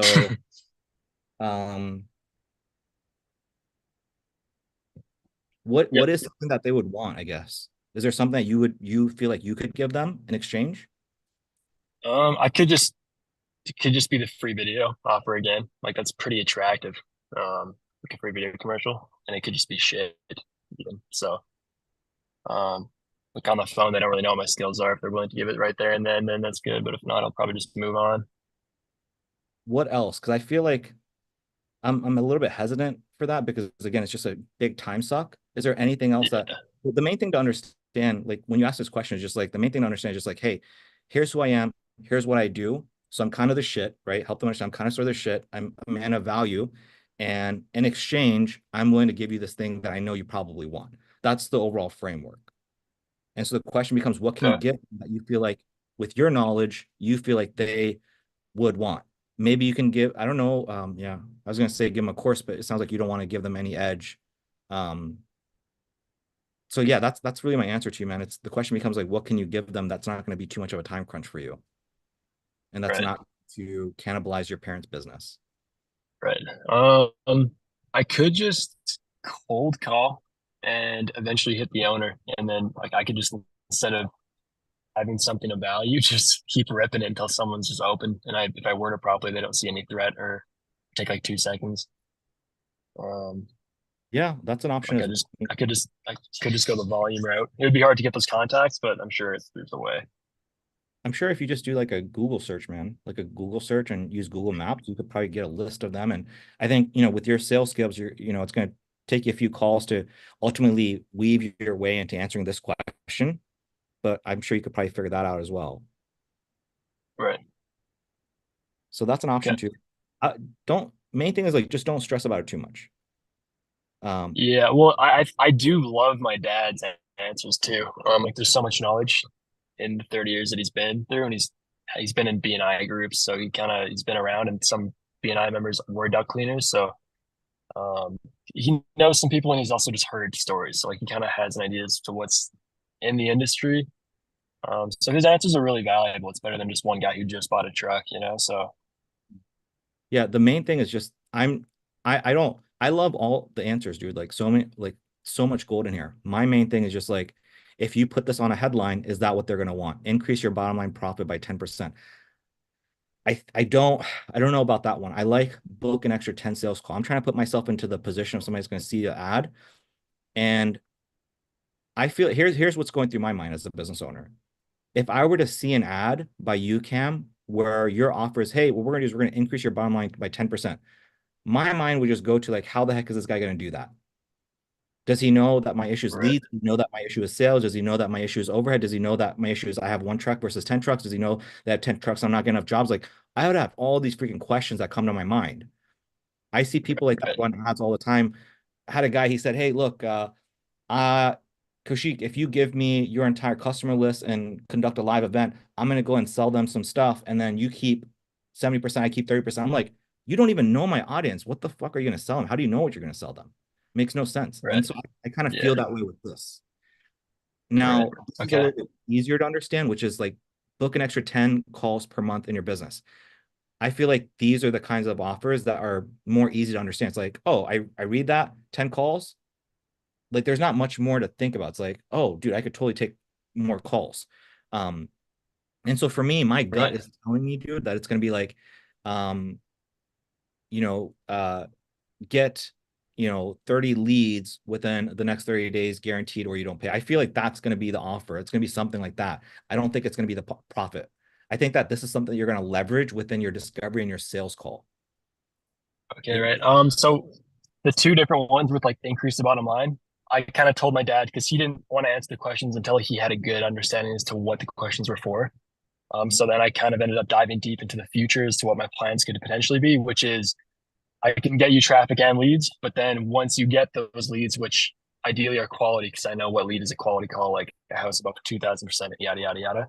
Once we get your staff in there, then I can train your staff on how to squeeze the lemon out of that house instead of going in for the money that you were originally signed up for and then walking out. Like you can tell the customer what they didn't even know about their house, drive some fear, and walk out of there with them smiling and satisfied that you helped them rather than you rip them off because you can it's just you're just doing a great service at the end of the day, and I can teach them how to do that properly so everyone's happy and everybody wins. So those were kind of the two. The one with the taking your bottom line and bringing it up by 10%, that was the one that my dad made up for the side of sales training, and once you're in the house you squeeze the lemon. The other one was for just the traffic. Exactly. And this is something that, again, this is something that literally is, I'm not surprised. Like when you went deeper with your dad, he was like, oh, okay, this is what Cam's value would be to me. And again, that's why you would talk about this on your discovery and your sales call. Right. But when it comes to like a complete stranger that's going to click on your ad, this is just too much, I think. But this is very simple for traffic. Book an extra 10 sales calls. People are going to want that thing. It's going to be easy. So did Right. you, and I'm so oh sorry, go ahead. Right, your script. So and Cam, you're probably like know exactly what I'm talking about. Just to confirm here. Give me a second here. Yeah.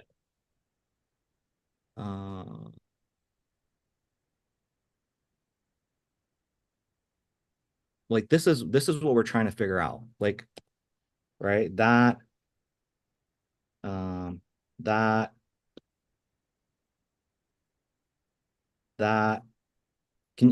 know if you can see my screen. Like this is all we're trying to figure out right here. This Yeah, I can't see the screen because my phone is like on safe driving mode for some reason. I don't know how to get out.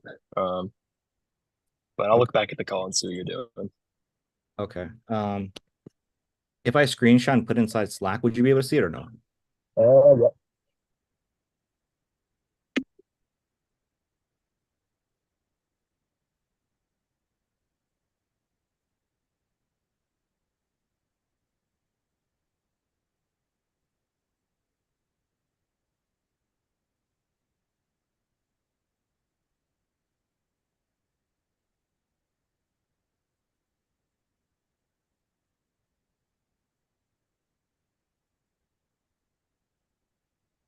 So I just sent an image over. That is an opt-in page. And it says at the very top of the page, we're going to do this thing for you, guaranteed. And then below it's a calendar. That's all we're trying to figure out. That's like the key. And so I'm guessing you already knew that or no?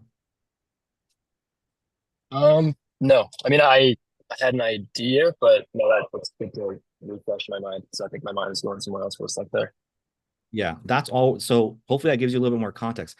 We just want to figure out what needs to be at the top of the page that you want to imagine that somebody watches like the first 10 seconds of your ad. They don't watch the rest of it. They click on it. They go to your counter page. What's going to cause them to want to book a call? It's that headline.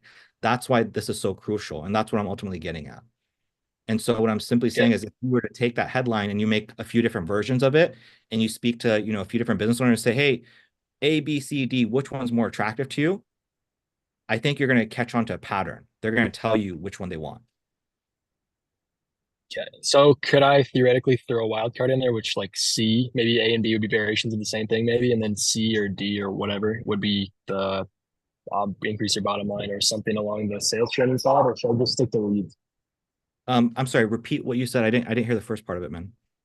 Would you say, would it be safe to throw like a wild card in there and one of the options, and that wild card would be the driving sales thing once you're in the house in terms of like raising your bottom line, or maybe a different way of saying that? or should I just stick to the leads?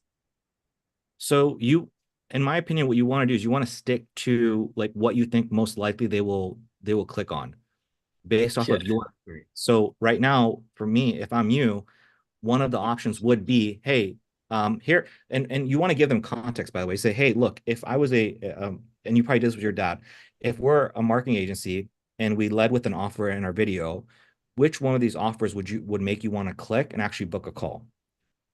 And so, Right.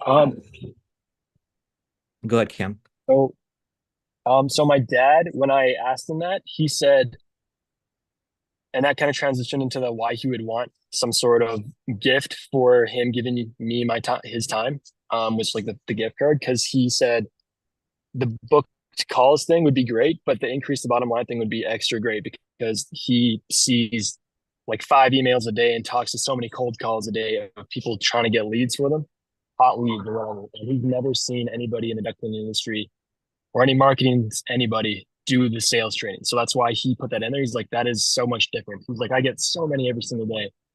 Every day of the week, every hour, there's someone doing the same thing. Hot leads, different sales, different leads, different ways of getting leads. But the other side of the thing is something that he's never seen before. So that's why he was like, that's something that grabbed my attention. So yeah, he kind of pushed that. Try that then. Yeah, make that one of the options. I think that's what you've been asking me is like, Kushik, what if I make one of the offers? We guarantee to increase your bottom line profits by 10% by focusing on your sales. Or I don't know how you would position that. Hey, we guarantee to increase your sales conversion rate by X%. If you feel like that's worth testing, test it. My gut tells me that's not going to work just based off my experience. I think like leads is actually going to work better. That's just my opinion. I feel like it's too vague. Right. I feel like your dad wants that because your dad, I don't know, he's a specific type of business owner with a specific type of experience, and he's been, jaded through all the offers that he gets. And yeah, but I think through Facebook ads, like what's going to get you the biggest results is going to be, in my experience. And so let me simplify it. What I see work the best is one of two things. One, either a revenue promise. So, hey, we guarantee to add 10,000 to your business within this time frame, or you don't pay. So a revenue offer. Or two, leads, patients. So leads customers. We guarantee 20 new leads within the next 24 hours or whatever. We guarantee 30 booked patients within a certain time frame. So one of those two is what I typically see work very well. I don't see people lead with like, hey, we're going to help you with your sales conversion rate. I don't see those kinds of things. Do those things work? For sure. But I don't think it's going to work for what we're trying to do here.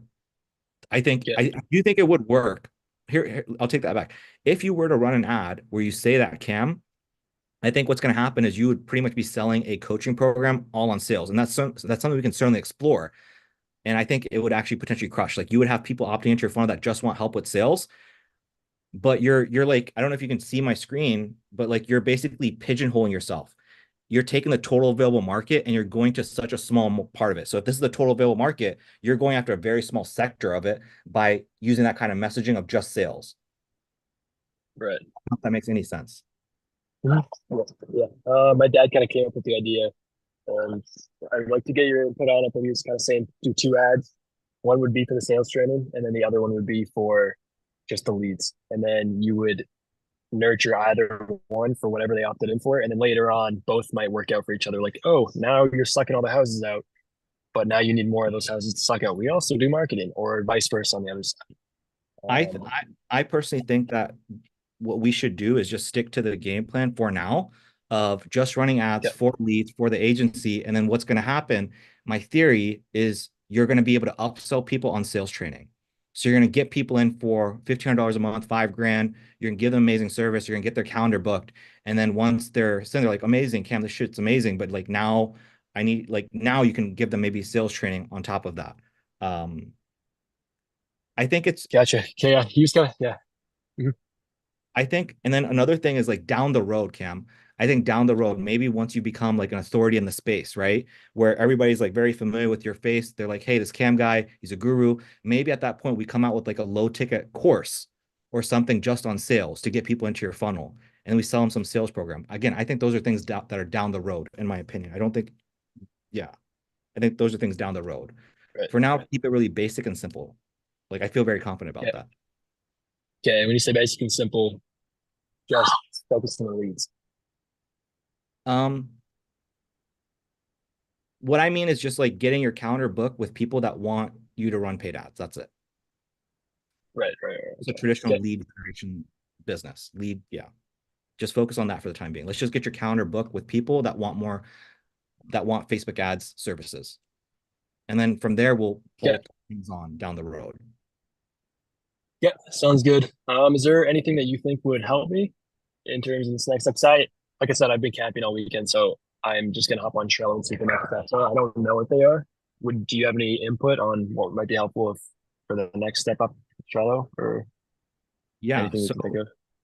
The main thing is just this, dude. Like, this is the main thing. This is it. This is like so important. Just get a few people and then say, hey, Krishi, this is the research I've done, dude, and this is what I think the offer should be. And then at that point, the rest of the Trello material will it really holds your hand in terms of step-by-step what you need to do. So when you work through that, just keep me posted and we'll take it from there. There's not much more advice I can give you other than like just focusing on this task for the time being. Yep. Okay. Sounds good. So in short, the call to action or the homework now is just try a few different ways to have conversation with people and throw out a few different offers and let them pick A, B, C, D, which one would you do? And then once you say, Kaushik, here's the pattern I'm getting, cool. We're just going to make that your core offer. And we're going to run with that. Yeah, sounds good. Arno, do you see how much work we're putting into like just the headline? This goes back to like our conversation with the running stuff. It's very challenging and a lot of market research goes into this. So I really put people on this stuff because if you don't have this dialed in, nothing else works. Cam, anything else you have for me, man? I don't think so. I think I just got to get home and work. But yeah, it's good. That's good stuff. Cool. Sounds good, man. If you have more questions, let us know, okay? Yeah, sounds good. Thank you. Yep. Okay, see you guys. Yep. Who do we got next? Rivera, you there? Is he there? Hey, what's up, Kaushik? Not much, man. You can hear me? I hope the road noise isn't bad.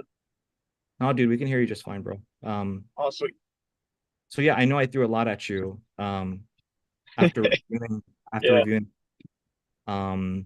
I guess like what's brewing your mind in terms of like questions aside from the one that you answered, the one that you gave me already answered that one for you.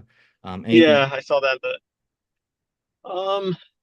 no, I mean just I mean, I guess like there's stuff in between kind of like so like is there anything in like my tonality or anything that sounds like unnatural? Sometimes I feel like I don't know. Sometimes I feel like well already kind of on top of the stuff you said, I already agree with all that.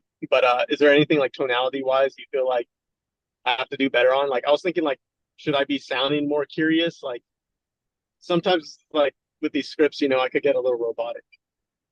The intro sounded very robotic to me. And that's maybe why I gave it. That's why for sure. Okay, so no, go ahead. Oh, I was gonna say, is that something that you just have to have more reps to get better at? Like, should I be doing those like in the mirror type of like role playing? Yeah, you can role play in the mirror. I come to find like just the more reps I do, the more flavor and personality comes through. And I think that'll be the same thing for you. But if you want to practice the mirror, like go for it. But the rest of it, like honestly, like the rest of it sounded very good. Like the rest of it, you sound very personable. I see a lot of tone fluctuations. Yeah. So for the rest of it, okay. Honestly, dude, like really good, like very good. Oh, dude, thank you. I always get in my head about it, but no, what you kind of said was kind of the things that are like the glue between the gaps, like the things in between the scenes. Because the things you were saying, it's like but I haven't really like had. I don't know. I just didn't have all the pieces together to kind of get the context of like why I'm like getting hit with this. Like, why are they responding in this way? Sometimes I'm just like, I see a pattern in them, but I can't discern why it's happening, you know. So, um, I definitely like went through it, but I feel like I definitely have to go through it like another time, just because you did hit me with a lot. But it's all good stuff. And I'm just trying to think of another question. I guess I have a new client. I'm just coming from the shoot right now. We just got some new video content with them. But Dr. Taj, you remember her? Which one? The latest one. The one that you closed Like recently? Yeah. Nice. So she yeah, just got some video done with her, and she basically just told me she closed just like recently. So I was just thinking like she's on a trial for 30 days essentially. I think we're on like the halfway mark. What do you think's like the most like practical next move when you have someone that just got to close? The ads took a while to kickstart. I think like a week, week and a half, and just in the last 3 days, 4 days, she's been getting a lot, like basically more results, more leads. Some big one no show. It's not all good, but she just got to close. So I've done it before. I've had people resign before. This is not something new to me, but is there like, she's coming off a trial, right? So I'm just thinking like, how do I, because I'm also playing with the whole like the 3 months paid in full. Like I do really want to push that, and I like the fact that you kind of frame it in the way of like the 20% off, versus the monthly, right? So, like, how does that look? Do you like, send a Loom video like a week prior to the resign? I just don't think I've systematized it down, enough. Yeah. So I guess like, so you did the sales call with her and then you closed her on a 30-day trial. Did you go over pricing? Like, I guess like walk me through it. You said, hey, so the way it works, our agency is going to give you a 30-day trial. You cover ad spend. And then from there, if you like our services, we can discuss moving forward. Is that what that was? Give me more context of like what the offer was so I can kind of get caught up to speed of what's going on. Yeah. So it was basically $1,000 for 30 days. And I believe 98% sure, I just want to double check my calls with her, but I'm pretty sure I told her, because this is what I kind of tell everyone, it's like it bumps to 1,500 after the first 30 days. So that's what makes it trial, right? It's like you get 30 days, you get a little bit of a taste, and you get it at $1,000. And then after that, if you like the results, if you want to keep getting those, leads and keep getting more, closes, then essentially to renew is $1,500 a month from there. But I don't think I mentioned like a paid in full or a 3-month frame, Okay, got it. So it was it wasn't a free trial, it was $1,000 as like a kind of like an entry offer. Yeah, like an entry level pricing. That's what the trial stands for, Okay. basically. Yeah. Okay. And did you do an onboarding with her or no? Yes. And Okay. I onboarded her. I had set expectations, like how the results, but I'm sorry, maybe I'm cutting you off before I can.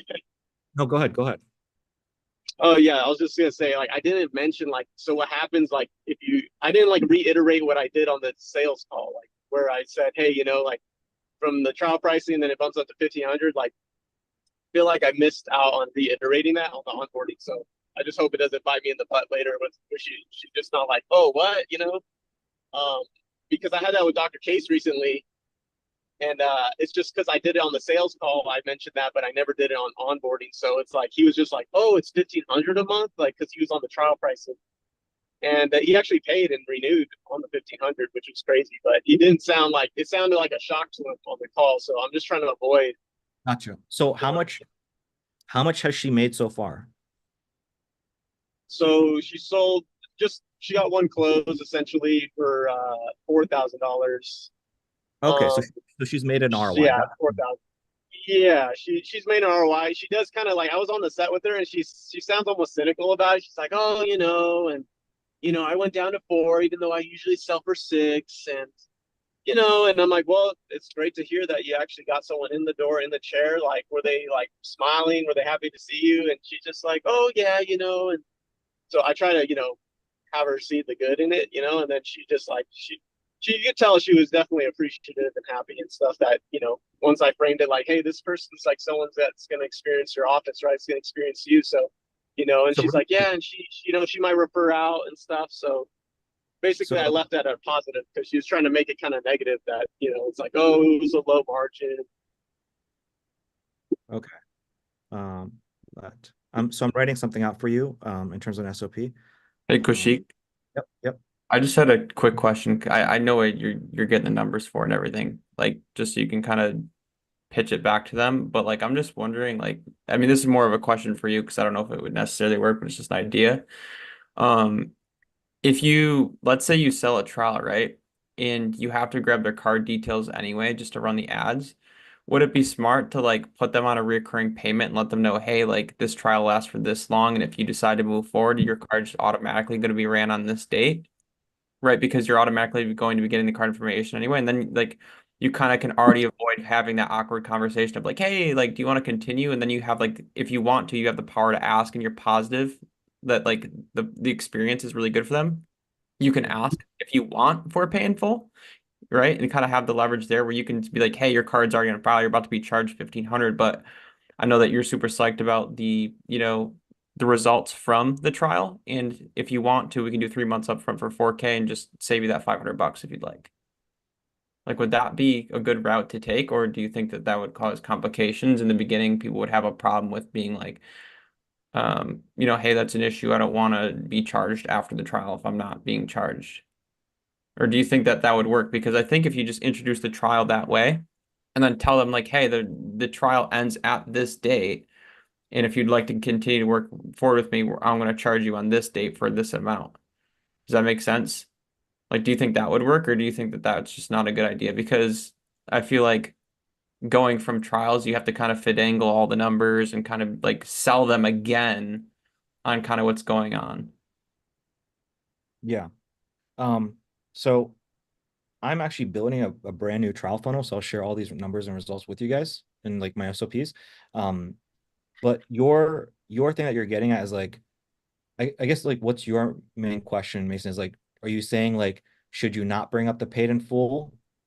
No, so like I guess my question is, would it be a good idea to kind of lead in with that? So you don't have to have that conversation of like, hey, do you want to continue? It just charges their card and you just keep going. Yeah. So You know what I'm saying? Because like you're kind of having like two sales cycles. Like you're doing a trial, you're closing the trial, but then you have to finagle a way to do like the month to month or paid in full. When I'm saying like, hey, this is a cancel any time. The trial lasts 2 weeks, and if you're happy with the results, I'm just going to take the same card that you have file, and then we'll agree upon that $1,500 per month because they've probably already asked like, how much is this after the trial or something along the lines of that. See what I'm saying? yeah, so step by step, here's what I would do, and maybe as I answer Riviera, that'll answer your question as well, Mason. So one more question I had for you though, Riviera. You obviously launched the ads, everything like that. Like, why did you go in there to shoot some video today? Like, what is the purpose of the video? Is the video for ads? Is the video for video strategy? Is it just to appease her, make her happy? Like, what is the purpose of the video? And the reason I'm asking, just to give you context, is I'm wondering what the value is so that you can pitch it to her. That's why I'm Yeah, I mean, well, her funnel was a really slow start, honestly, and then it just, she only has a 30-day trial, right? So I think at the halfway mark, like, I think we're a little bit past the halfway mark, but essentially, it's just like one of those things. Like, it's just like, the because a lot of the winning ads that are working right now with my dentist are video. So it's like I don't really have like the basis of stock footage or stock photos and stuff that says this is gonna bang or this is gonna work. I used to, and I've tried running it, and it's just the market doesn't take it as it used to. So I'm more on the video side. So being on the halfway mark, not getting as good results, her not complaining, but just being like, oh, like, is this normal? And and obviously I have to reset expectation, tell her kind of, hey, this is kind of what I said on the, this is kind of how we discuss on the onboarding. It's a marathon, not a sprint, right? And it's just more so we're just collecting it. The picks is becoming more robust. We're essentially doing a lot of testing and optimizing the back end. But at the same time, I did want to offer her that because this is her first entryway into ads. And I know she even like did a lot of touching base with my other dental clients just to like, go through with this. So I just want to make her happy. So, that's essentially, so you're not necessarily using this content to run ads. Yeah. Are you using this content to run ads or no? And then two, oh, for sure. So you went in there to shoot content for two purposes. One, to use the content to potentially run some ads with, and then two, just to appease her and make her happy. Now, and you shooting this for her. Was this discussed on the sales call? Was this discussed on onboarding? Was this discussed where she was already expecting this? Or is this something you just kind of threw out there like quarter way, Just midway? threw out there. Okay, got it. Yeah. Can you walk me through like how you brought that up? Like she was kind of maybe giving you some stuff and like complaining, and you're like, hey, so it's a marathon, it's not a sprint. It takes some time. I'll tell you what, I'll come out there and actually shoot some content for you, and we'll use that content to run some ads. Is that how the conversation went? To me, it sounds like that's how the conversation went. Yeah, it was like an update call essentially where it happened, and kind of like that. It's just like, hey, she, we're going into it. It's not really when there's not really much on an update call when there's like not much happening, right? When the Facebook's not pumping out what it's, there's almost so much you can say. I almost felt like I was compelled to say, hey, let's try this. Okay, so I have an answer for you. And Okay, then she was like, oh my gosh, she was super appreciative, and even now she's just like, how far did you drive? And my girlfriend came, and she built rapport with her, so I feel like it was a good rapport build more than even what we're gonna do with it. But yeah, I mean that's kind of like what was going in my mind, when doing it. okay. So I'm going to tell you objectively how to do it, and then we're going to maybe see if we can finagle. Like oftentimes when I get questions like this, especially trials are so difficult to do, man. That there's just so many moving parts. It's very operationally heavy. And you really have to dial them in. Now, I don't technically consider yours a trial. Yours was just like an introductory price offer. And I think it's not, I don't necessarily think of it as a trial. Okay. Yeah, but we'll maybe still kind of sort of treat it like one. So basically, here's what you do. On your sales call, by the way, I really love that. I really love like that approach of like, hey, look, the price tag is this, but for the first 30 days, what we're gonna do is we're gonna do it for this price for you, just to kind of get you through the door, let you experience this. I really love that. Afterwards, it's gonna be this price. I love that a lot. That's a great selling point. Now, here's what you do. If you ever use this in the future, on your onboarding call, what you must do is you must have a section within your onboarding call say, hey, you have to drill them again. Okay. So you drilled them once on the sales call. Now you drill them again on the onboarding call where you say, hey, look, as we spoke about, this is our introductory offer. Again, this is something we do for all new clients to get them through the door. And, we want to, lower the barrier to entry just to get people results. Now, again, after the trial is over, it's going to go to $1,500 per month. And it's going to go on this date. And then you get them to repeat it back. It's important that you get them to repeat it back. It's important really and that they understand it. And then once you do, it's like, okay, really quick. I mean, do you have your calendar? Can you mark your calendar? The reason I want to go over this is just it's an automated charge that comes out unless we hear from you otherwise. It's an automated charge. So that's a key part. So Mason, hopefully I'm starting. It's an automated charge that's set up. We set up in our system to be automated. And so unless I hear back from you, I'm going to assume everything's good. And Danny, we're just going to keep going rock and roll as usual. You get them to confirm it. Got it? Now, throughout the trial, and again, I don't consider yours a trial. Throughout the trial, you have to have like a weekly cadence. Hey, so I'm sending you a report. Here's what things are looking like. Here's what things are looking like this week, this week, this week, this week. Now, what you do about 2 weeks before is you let them know, hey, also, I forgot, on your onboard call, the other thing you must do is you must tell them that a week before the trial is over, they will get a report. They will get a report of all the numbers, all the things that has happened as a summary before getting started for the next month. And so again, you got to double drill them, make sure that they heard you, make sure that they understand that video is coming. So what are the expectations? Now they know it's going to go to $1,500. It's going to be automated. Now they also know that there's a video that they should expect from you. So they know both of these things. Then what's going to happen is, again, you're going to do the weekly trial, weekly updates. And then before the last update, you're going to say, hey, Dr. Jane, just giving you a heads up, we spoke about this on onboarding. I'm going to send you a Loom video. It's very important that you go through that onboarding because we're basically going to talk about what's transpired this past 3 weeks, but then also I'm going to share with you what we're going to do next. And I've got something really cool, exciting that I want to share with you that we're going to be doing next week. So again, you're going to dangle a carrot in front of them. Now they're like, oh, what the fuck is this new thing? Yeah. And then in that Loom video, you're going to go over all the numbers. You're going to value stack. You're going to talk about the ROI, all the numbers. And what you must do is you must future pace. You must give them an idea of what happens next and why they should keep continuing and how they're just getting started. And that video goes out to them the week before. And in that video, you must also tell them, so there you have it. That's a summary. Again, Dr. Jane, as we spoke about, the trial ends on this date. And then the cycle for the next date starts on this date. And so, you know, if for some reason you have a question, comment, concern, let me know. Aside from that, we'll just keep rocking on rolling, starting on the 15th for month 2. So you're not even telling them, and it's very important. Maybe you listen back to this. The wording I used was not, let me know if you want to cancel. I'm not opening up to, do you want to cancel? I'm letting them know, hey, I'm almost like assuming Yeah. I'm assuming the close. I'm just saying, hey, you're gonna get charged. We're gonna rock and roll. It's gonna be fun. Just give me a heads up. Yeah. And so if they have any issues, if they're not happy, well, then they're gonna interject, but they're not gonna be caught off by surprise. So just like the other guy that you're talking about that was caught off by surprise, this is how you prevent that. So that's the answer. That's like that's Yeah. the operation. That's what you want to do when it comes to something like this. Does that make sense? And does this help you in terms of what you feel like you must do? Sense. Something like it's even just like a basis of an SOP or direction to go into. But yeah, no, this helps a lot. Okay. And I maybe I missed it, but you said yeah, you set expectation, the auto pay. Riviera, you're cutting up a Like little you get bit. their card and it basically renews them. Oh, okay. Sorry, I'm kind of in the valley area right now. I can hear you a little bit. Yeah, I think I got like one valley. Okay. Um, hopefully the traffic's moving, so hopefully I get it in a good spot soon. I can hear you. Can you hear me now? Yeah. Okay. Okay. Sure, you get them auto paid.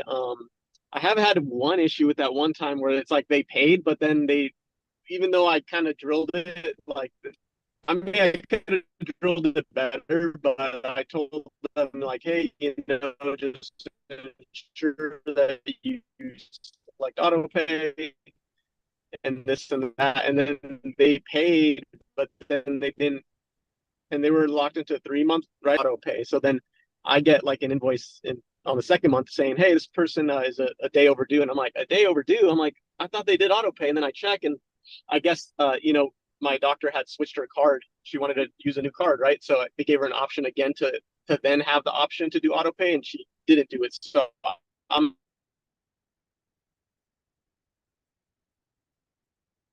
You're breaking up a little bit, man. curious if that how about it, because it's like, and then she's always like for a year she's on auto pay, and now she's been paying monthly, and then she's also been more laggy on the payments every month now because of that subtle little change.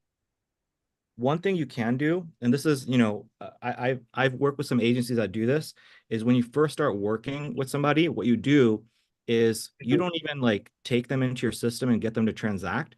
Rather, you just collect card details and you get them to sign an authorization form. And so if you just do that, what that does, that legally gives you permission to go into your system and then just transact for them on their behalf. Yeah. So she did do that. I actually do have an authorization form that she did have. But the only thing is she switched her card because I guess for one reason or another she wants to use a new card. Okay. So that was kind of the issue. You were breaking up a little bit. I guess like what caused the issue? Oh, sorry. It was just time to renew. She had done her 3 months, and then she was prepared to re-sign for another 3 months, and she basically accepted. She just wanted to use a different card, for some reason. But maybe now that I think about it, basically, maybe if she were to say, "Hey, I want to use this new card, just send me the invoice," should I then say, "Okay, just ensure you select"? Should I just like, I don't know, reiterate the point that to select auto pay and. Or maybe get the reauthorization. Maybe I should have just gone it again on the new card. Yeah, I mean, I feel like the easiest thing to do, man, is it just depends on your communication with them and how close they are with you. If somebody like trusts you, they're communicative. Like for me, I just send people voice notes. I send them quick Loom videos and people are fine. And so I don't really stress. But in your particular case, like if it's more of a challenge, then I would say the easiest thing to do maybe is make it part of your SOP to always just get card details and an authorization form and just let them know what you're. Yeah. What's the reason she wanted to switch cards? She wouldn't tell me. I know she says she's like in over her head with debt. She just got a new kid, and like she kind of goes into it sometimes. So I don't want to just say ask her, you know, when she's telling me like we just had a call, and then she kind of like, you know, I thought Gotcha. I rambled, you know, she can go off. So it's like I can learn so much personal details that sometimes I kind of like, you know, she's, I don't know. I guess, Gotcha. yeah, so it's just a touchy subject with her. And Yeah. culturally she's a little like, I don't know, Got when you ask her stuff, she's all this, and unless she indulges and tells you, if that makes sense.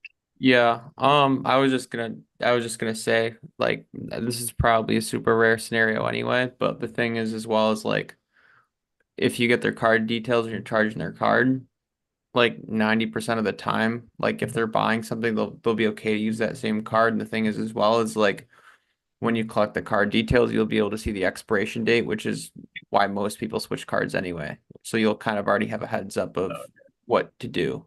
Yeah. So that's just something that you can kind of make a mental note of so that, you know, you already have planned ahead of time to be able to ask for a different card if you need it. Okay, sweet. Yeah, You know what I'm that I saying? can. Because like, okay, hey, looks Yeah, like I your did. card is actually gonna expire next month. Did you want to have another card on file? You know what I'm saying? Yeah, and now that I think about it, I should look at old card details. It could have just been that, but yeah, no, that's something to think about Yeah, for sure. that's I can what see I'm this trying to happening get at. again just with the expirations. Yeah, I could just see it happening, this scenario over and over again just because of expirations. So no, for sure, I need this in my SOP. Yeah. So thank you. Um, another thing you can Hopefully you do, guys can hear me another thing you can do, on one bar. Rivera, can you hear me? Oh, sorry. Yeah, sorry, it was glitchy on your end, but I can hear you now. Okay, and Mason, this could maybe help you as well. So if you want to do, so here's what you can do, right? Another really sweet offer that you can do is you can do it my way. Hey, so in terms of the price, Mr. Business Owner, this is for the next 3 months. Again, it's a 3-month program that we do with our clients. Average client stays for 6 months, whatever.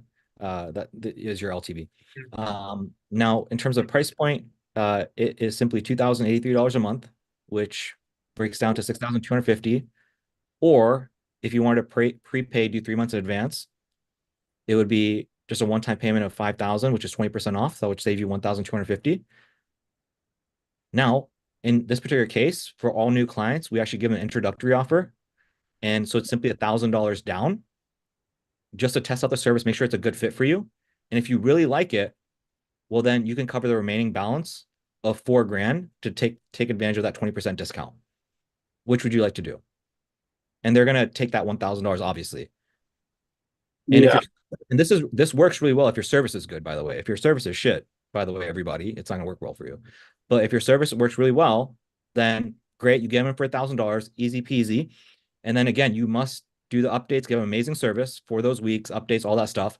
And again, all that stuff I said applies. The onboarding call, how you do a double drill. Hey, the balance is due on this date. If it's done afterwards, we can't give you that 20% discount, that paid in full. That's how you can get those paid in fulls, by the way. It's another way to get them. So you just have to judge for yourself. Do you want to do the initial paid in full, or do you want to do like a $1,000 trial to get them in through the door and then do a paid in full? Up to you. But I just want to throw that out there as well. And that's how you get the No, commission. that's interesting. Yeah, I guess that's a good way of getting paid in full at the same time, making them feel like they're getting their toes wet. And it's kind of like, no, it's not a biggie, right? So no, I kind of like that. And what's really great about that is if you make them their ROI within that 1 month, that's why I really like it. You get them the ROI within a month, which covers, they can take that money to pay off the pay in full. Now you're chilling, they're chilling, everybody's happy. Yeah, no, for sure. Yeah, I never even thought of that. Riviera, what else you got for us, man? I mean, there's some number stuff. I'm really not. I really should have. Next time I'll be able to kind of, once I'm to get on Slack probably after this, but yeah, just the numbers on my funnel. I'm running. I run those new ads. I'm ranking them versus the old ads, and they're kind of, the new ads are getting a higher click through rate, like 3.5% or something crazy, and they do get leads, but some of them fake, some of them real. But I'm at a point where it's like, I don't know, like $40 a day is a little bit excessive, at least for my budget. So I'm just curious, like, what do you do when you have two ad sets that are kind of working and getting the same amount of leads, like, but you want to cut budget a little bit? Like, you know, I'd hate to turn one of them off, but I mean, I kind of have to look into the numbers again to see maybe one is performing poorly. Maybe it'd be an easy switch off for that one, and then I just run $20 a day on the winner. But is there like a, is there, have you ever, because I don't know, it's just like I'm not getting as much second shooting gigs, so it's a little bit slim pickings this month in terms of, you know, income and stuff. So Yeah, solid question. So what I would do if I were you, man, is I would take your KPI sheet maybe and then add an additional row and put in the number of like qualified leads, qualified dentists, and everybody's qualified. That's basically a dentist. They all make enough money, I would assume. So if you come to find that your cost per book call is the same on both of them, but then one, your cost per dentist is way cheaper, well then yeah, keep that one off and shut the other one off if you want to. That's what I would do. okay, So yeah, like okay, you said, just looking. yeah, it's just looking deeper into the numbers. Okay, okay, yeah, no, that's perfect. Yep. Cool, What cool. else you got for us, man? And Um, I made a video, by the way. I don't know if you've seen it, but within the value drops, I put it within the course as well, which is like how much you should be charging your clients. Have you had a chance to watch that? it's been I opened a window tab on it. I haven't yet seen it because I'm like, oh, I'm not there yet in the sales call, but I really should see this. But yeah, I really want to see it. Yeah, I Yeah, need to. give it a watch. It's very important. And I think it's important in your particular case because one of the things I discuss is 2x cash collected and 25% of lifetime value. And so when you say that thing of like, Kaushik, my budget is this and this and that, you should really be making your decision based off of the context within this video. It's the second way you charge clients. I shared 3 different ways. It's the second one that applies to you. So in other words, Okay, you spend, for example, $5,000 in paid ads a month, you need to be able to collect $10,000 cash collected. And as long as you're doing that, your ad spend is healthy. If you're not doing that, well, then I go over like specific things that you need to look at within your business. Maybe you're not charging enough. Maybe your cost for acquisition needs to be lowered, right? Different things. So give this video a watch when you get a chance. And that's how I would be making my decision if I were you of ad spend. okay, for sure. No, I'll for sure make a note of that. I'll probably play back this video once you post it on the general. Cool.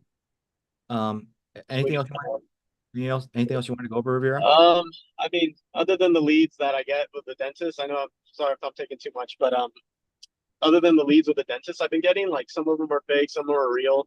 There's been some real ones that have been dripping in more recently.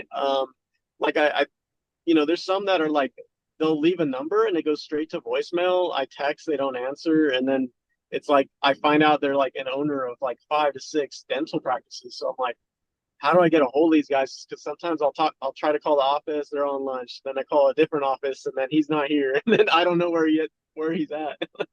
Like, so I'm like, I don't know. I've been getting a lot of franchise dental practices recently, which is weird. Yeah. So I'm curious how to handle like that scenario. Do you just try to make friends with everybody in every franchise to see who's going to end up telling me where he's at Yeah. or how to reach him? Yeah, I don't have an answer for you for that one, but like literally my mind is where yours is, which is, hey, Okay. where do you think he is today? Where is he typically, or can you give me a schedule? Does he have a schedule? Maybe that's a question you can ask is what is the doctor's typical schedule in terms of locations? Okay. Yeah. That's a good way to say it. And then yeah, from there you just kind of have to, it's a little bit of cat and mouse, it sounds like. Mhm. Or Yeah. I mean, yeah. Or another thing is, this might be a little bit tough because their job is to gatekeep, but you can ask maybe what his schedule is, and then lead with, is there a different number I can contact him at? And maybe they'll give you his personal, maybe. Yeah. Or, and another thing you could do is you can ask how receptive he is towards email, and be like, hey, is there an email I can get him at? Is there like a personal email or something? Yeah. Asking the schedule and seeing if you get a personal phone number, a personal email. Those would be the things I would be looking at. Yeah. Okay. Yeah, for sure. Yeah, I just didn't know how to handle those or like what route, but no, yeah, I think those are good things to get for sure from them. Yep. But no, I think that's it for me. I mean, no, I had a lot today, and this definitely helped. Cool. All right, Rivera, I'm gonna move on to Jorge. If you have more questions, obviously just let us know, okay? For sure. Thank you, Koshi. Yep. And Mason and Eric. Jorge, what's going on, bro? Hey, what's up, guys? Long time no see. Bust your nose? No, it's just one of those things that help me breathe. I'm trying to be like Hormozy. No, he's trying to be like me, man. Like when I saw him put it out on the big screen, I'm like, let's go, finally. Trying to be like all you guys. All of us, we're just gonna have these nose strips in these coaching calls. No, dude, it's changing life. I'm breathing at like 100% right now. Really? That's cool. Yeah, but I mean, I had a deviated septum too. I had surgery for it, so when I'm training, it helps a ton. Gotcha. Well, like when if you wear this to sleep, best sleep. Give it a shot, man. I have sleep apnea, so maybe it'll help. Oh, for sure. We use paper milk too. But yeah. So a couple things been happening. For the kids from Mir Martial Arts Place, we decided to change offers because we had that conversation like, hey man, the 3 months are pretty much up. We got 0 to no results, very little results. So what's the word? I told them basically, okay, at this point in the stage, we've tried this and that. Our next option is to try like a new offer, because possibly it could be that I watched one of your videos and you mentioned something like, I probably built your like, because so many people are advertising that same offer or something like that. They use the same agency over and over again that like it drove their costs up super high. So basically, yeah, he's like, we gotta do something. So I'm like, yeah, you're right. So let's try a new offer, and we're gonna run a 4-week challenge, like a transformation challenge for kids. And from there, I basically copied one of Gym Launch's landing pages, like testimonials, and then the call to action buttons, a calendar. So that's what I was asking about, like that, and like building out the pixel for that, which one's to track. That one is not charged. There's no like add to cart or anything. It's literally just from the offer to that landing page, reviews, and then just a calendar. Yeah, so that would be very similar to your funnel then. Yeah. It would be like pretty much view content, lead, pretty much. Very simple. Okay. Gotcha. And then so that's what's going on that end. Same thing we're doing with Downtown Jiu-Jitsu. After talking with Adam, we agreed to do a 6-week challenge too. Pretty much just like copy the Gym Launch model, because one of our affiliates, he's working with Gym Launch and he's like throwing it. Like he like doubled his revenue within that first month. And I asked him, like, what's different? He's like, dude, we're literally just doing that 6-week challenge, and then midway point, we're upselling them the downsell to like continuance with their tuition. Nice. And so we're pivoting to that. We already pretty much have like a good amount of value adds for the offer, so I think we beefed it up pretty well. And then so the gym that's working with Gym Launch, that's a jiu-jitsu business or no? Yeah. Oh damn, that's so cool. Yeah. So it's not a weight loss challenge. So how did they structure the offer? It's like, what do you get? So it is weight loss a little bit. So they have a meal, like nutrition plan. They have it's advertised as like a full body transformation. So there is like a weight loss part to it. They check the weight at the beginning of the 6 weeks, and then like every week after that. They have 3 times per week training sessions, and then they have accountability, like basically motivational check-ins, something like that, making sure that they're coming into classes. And then after that, they pretty much, that's it actually. Just the accountability, nutrition, weight loss, and then jiu-jitsu. So basically at the ad level, it's basically weight loss. Hey, we're doing a 6-week weight loss challenge. We guarantee you'll lose this weight or you don't pay or whatever. And the way we're going to do it is through jiu-jitsu. Are they saying anything about jiu-jitsu at the ad level or anything like that? No, so it's like super basic. I'm surprised they even were. I'm like, I saw the ad. I'm like, what the hell? What is this? But it's like the most generic stock photo. And then the copy literally says like 6-week full body transformation, Chicago Southside Men Wanted. So I would assume that kind of ad might pull in like overweight, obese men, overweight, obese women that can't even like do jujitsu. I would assume that. You know what I mean? Yeah, I'm supposed to have a conversation with him this week. Basically, just like ask him about everything, like his consultation process, what that looks like. Get it all, bro. If these are the results that they already have, like that could be the thing that you're missing, bro. This could be the thing. Yeah, is there I'll put in the questions that I was gonna ask, so maybe there's something that you could see that like, I'm missing that you from your perspective you want me to ask. But 100%. yeah, that's pretty much it. So with that, we're modeling the same exact way, and we're gonna be doing the same thing here for downtown, and then same thing for Premiere. So I'm excited about those two, since the ads that we're getting we're getting a lot of ads, and then through the follow-up process, none of them, like barely any of them were showing up, right? Even with the card collecting details. Got it. But part of me feels like I didn't push as hard as I could have on that, just because like I could have definitely been more available and like had been more like on top of the system. But I'm applying that with this other client, just jujitsu, right? So same thing, pre-class, and we're just doing the follow-up, so the regular stuff. Okay. So that's as far as that. With the one that I was talking to you about, what events do I track with the checkout page? They use Rainmaker. I don't know if you heard about it. Or like Zivi or something. I've heard it, but Have I you don't know heard? what that is. So I tried looking into their like where you can edit their landing page, and it's like very like, I don't know how to say, like it looks like super basic. I couldn't figure out like how to add in a code, like specific code, like the event tracker. And with that, I was pretty much wondering which ones am I gonna be tracking, because they have a checkout page and then it's just a thank you page. So so what are they using Rainmaker for? Is it for a funnel? Is it for payment process? So they use that as everything. It's like they're all in one. So they use their funnels on there, and then they use it as like their CRM and then payment processor. So you're basically building the funnel within Rainmaker as opposed to Go iLevel. Yeah, so they asked me to do that because they're like, listen, like the last agency we work with, they were basically pissed off because they were trying to do it with them and they weren't able to get like the process wasn't as seamless. So she's like, would you mind building it on here?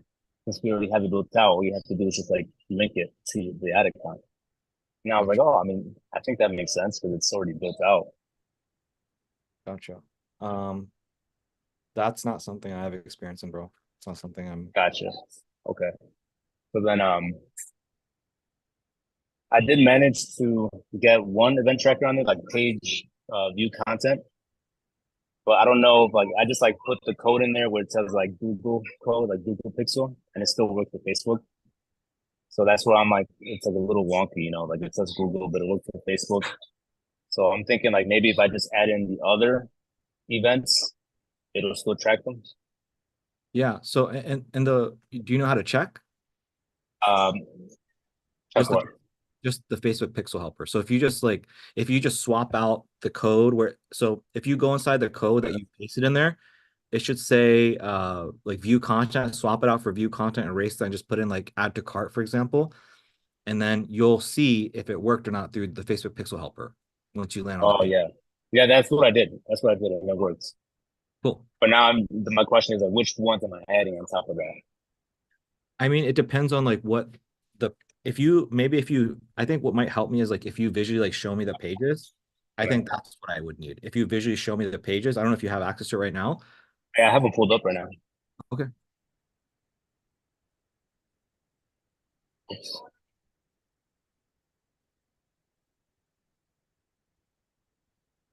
Sorry, here we go. So this is what it looks like.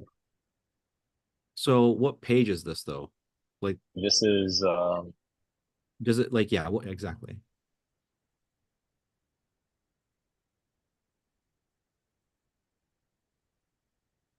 So this would most likely be you have a coupon code, keep going, keep going. So this looks like a checkout page, a sales page. Yeah. So for this one, it can be initiate checkout. So if you Yep. go to Pixel, upper right-hand corner, let's see it like what you've got right now. So page, yeah. So what you want to do is just add, yeah, add initiate checkout to that. And Just, you should- okay. I added that code right here. It's a one of those code. I was just like, okay, I'll just try it here. So let's try something really quick. Copy that whole thing. And then right where it says page view, let's put initiate checkout.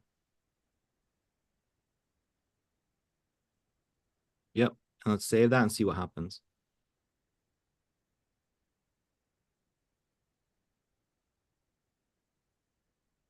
And then let's go preview it.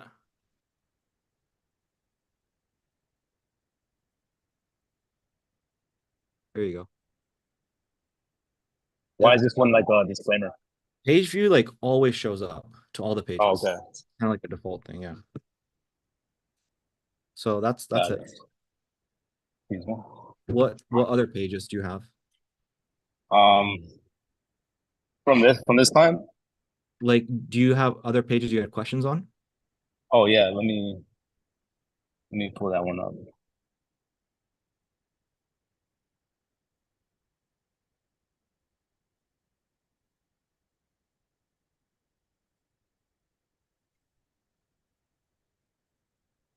So this is the one that I made. I pretty much modeled the exact one that they had for Really Gym quick, Launch. that last page we were on, the one that we did initiate checkout, whatever page that goes to, yeah, whatever. So after they click submit, whatever page they go to, the most important thing is that next page has purchase on there. Oh, okay. So the next page must have purchase on there. Let's preview the page first though, to make sure it's the right, looking at the right thing here. Redirect URL points. This is the Yeah, so let's take a look at the code to see what's on here right now. Okay. So so they initiate checkout and then they come here. yeah. So this comes after. So basically they put all their stuff in, they put card details in, then they come here, and then from here they actually schedule something out. So Yeah. this is kind of a wonky funnel. I don't really like it like this. Which client is this, by the way? This is Family Martial Arts. Is this a new client, an old client? So this one is, I got them in like June. Okay. So this is the one that paid in full. They just been taking a while to get moving. Okay. So are you going to be running ads to this funnel then? Yeah. Okay. So it was a lead form, and then from the lead form, it'll redirect into that checkout page. Okay. So, I mean, that's another conversation for me for another day. I'm not sure how well that would even work. Like somebody coming from a lead form, going to checkout page and actually putting card details and doing this. I don't even know if that I'd be surprised if it works. But anyways, to give you the code for this page would be purchase, and then the next page would be lead. Oh, is that why he says I want? Because it's kind of like out of place or out of order? Yeah, usually it's going to be like view content, then it's going to be like lead, then it's going to be like, submit application, then it's going to be like add to cart, initiate checkout, purchase. Purchase is like the last thing. It's like the highest. Like Facebook's algorithm is going to like favor the purchase event very strongly. And so now, yeah, so this would technically be purchase, and the next page would be lead. This one's purchase, and then the next one's lead. Yep. Okay. Yeah, I mean, they're the one who recommended me to go with this one, or they asked me if I could, and I was like, yeah, I don't think it was an issue, but I didn't know like these steps. Would you recommend that I kind of push them towards making it the other way, or like switching things around? I mean, my mind is just going to like, C. Rivera, my mind is just like, I don't even know if this would even work from an ad to like, are they doing any kind of nurturing? Are they having a conversation? Are they calling people? Are they getting them to the calendar page, the purchase page? I don't see anyone that would like just click on a lead form ad and then go to a page and like put their card details and pay without speaking to anybody. Mhm. Yeah, that's a good point. My concern is not even the events codes. My concern is nothing. My concern is like, I don't even know if this would even work. See, Arno?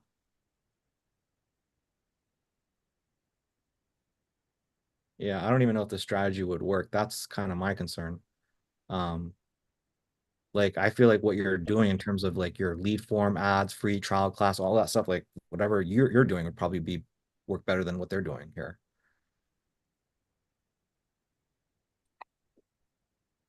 Does that make sense at all, Jorge? Yeah, no, it does. Yeah, because I'm just thinking about it.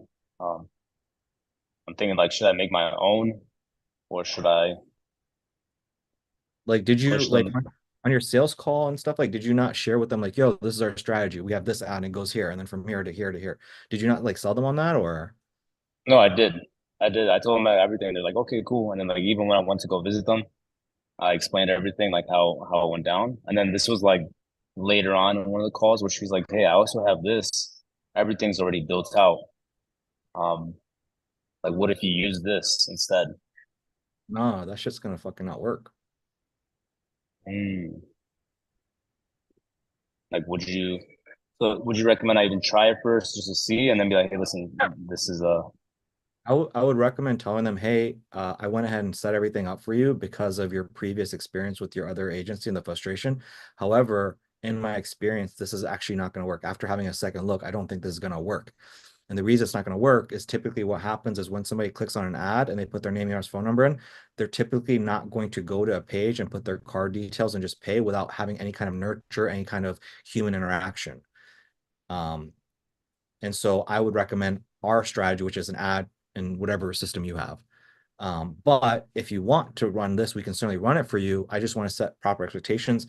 If you want to run this, my suggestion is maybe spending up to say $100, Miss Business Owner, to just test this and just to, ensure you have closure and feel like we've given this a shot for you. I just feel as my duty to advise you based off my experience. That's how I would take the conversation. yeah, I like that. That's a good one. Yeah. And then if I wanted to run like a paid trial, how would you recommend about going like building that funnel? Is that something completely different? Because you mentioned that like you wouldn't normally see people from the lead form take action like that. Wait, so you're a paid trial for like people to try jujitsu? So for these guys, they're running a 2 weeks for $20. 2 weeks for $20. Yeah, kids martial arts. Yeah. Okay, so the ad is basically the offer is like, hey, 2 weeks, $20. And and that's a lead form ad. Yeah. So I guess so what's your question exactly? Rephrase your question one more time, please.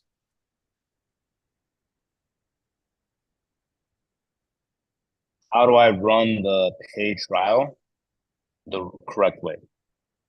Yeah, I think the way you would run it is just the way you've been running everything right now, which is like lead form ad, get them put information in, and then AI bot communicates with them and human interaction says, hey, I'm so excited for you to come in. Like it's a $20 thing. Is that something you want to do? They say, yeah, got it. So, what we would do is we collect card details, which would get you in to do the 2-week trial. Also, after the 2-week trial, the price is going to be this amount. Maybe you say that on the sales call. I don't know. On that conversation, I don't know. Or you're most likely going to have that conversation because they're most likely going to be like, okay, it's $20 for the trial. And then what is the cost afterwards? And so they're probably going to have to handle that conversation. I don't know what the script will be. So it's basically what you're already doing. It's very similar to what you're already doing. Okay, so I wouldn't have to, instead of a lead format, send them to a landing page like where they put their information, kind of like the first page of this, like this one. If you wanted to, so you either do the lead format or you do an lead generation ad that goes into a page like this. Like those are two different kinds of leads in my experience. The ones that will come to this page are gonna be higher quality, but even these people, if you scroll down and it's $20, I don't think that I don't think that they would pay. The only way to get people to pay is to do a sales campaign and optimize for purchase, which is what I do. I get people to go into my low ticket funnel. But with that, like your shit has to be like really good. Your ad has to be really good. It's a crazy ass video, crazy ass sales page. Like it's just a whole nother game. So it's not as simple. It's just like leading them here, and then because even if the ad says 2 weeks for $20. Yeah, so there are three kinds of ads, right? One kind of ad is just to recap, is your lead form ad, which is what you've been doing. They're on Facebook, name, email, phone number. That's it. They don't go into a website. They don't go to a funnel, nothing like that. All right, one second. Not tomorrow. Sorry about that. You're good, bro. So one type of ad is going to be your lead format, which is what you've been doing, where they just go into Facebook, they answer the questions, and then you have somebody call them up, have a conversation with them, and then get them into establishment. That's what you've been doing. That's a lead form. This is for higher volume, low quality people.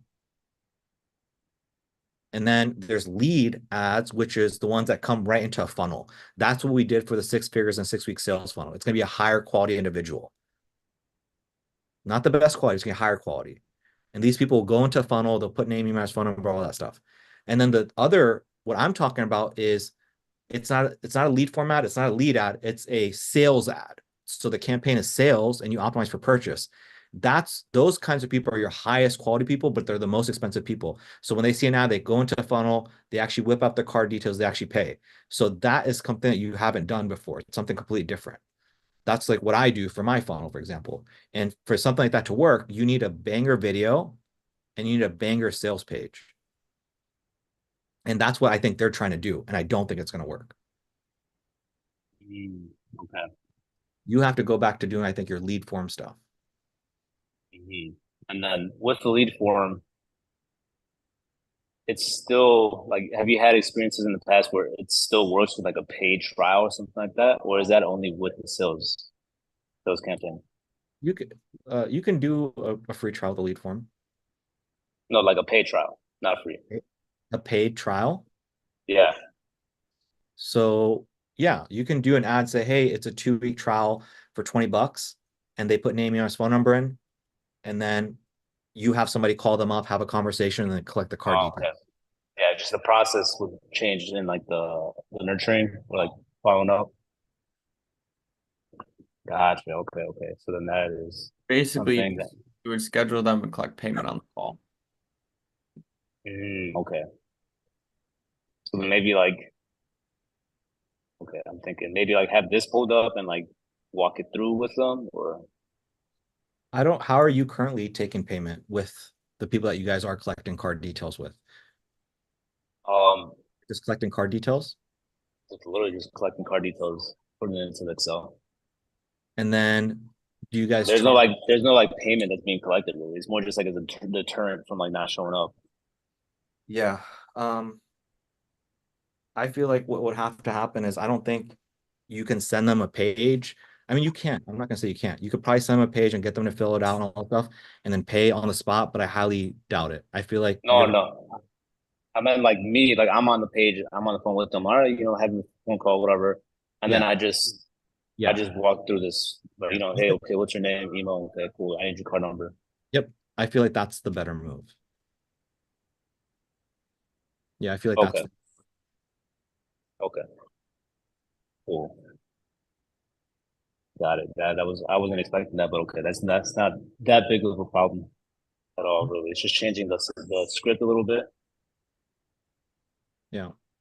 It's a different funnel, different process. I mean, it sounds to me like you got 3 things you're playing around with. You got your thing with the free class that you've been doing. That's your bread and butter. It's been working for some clients. Some clients always struggle for, some people it doesn't. You got Alex Hormozi's challenge thing, which I'm really excited to see. And then this third thing that we got going on here. So you got 3 different kind of monsters. Yeah.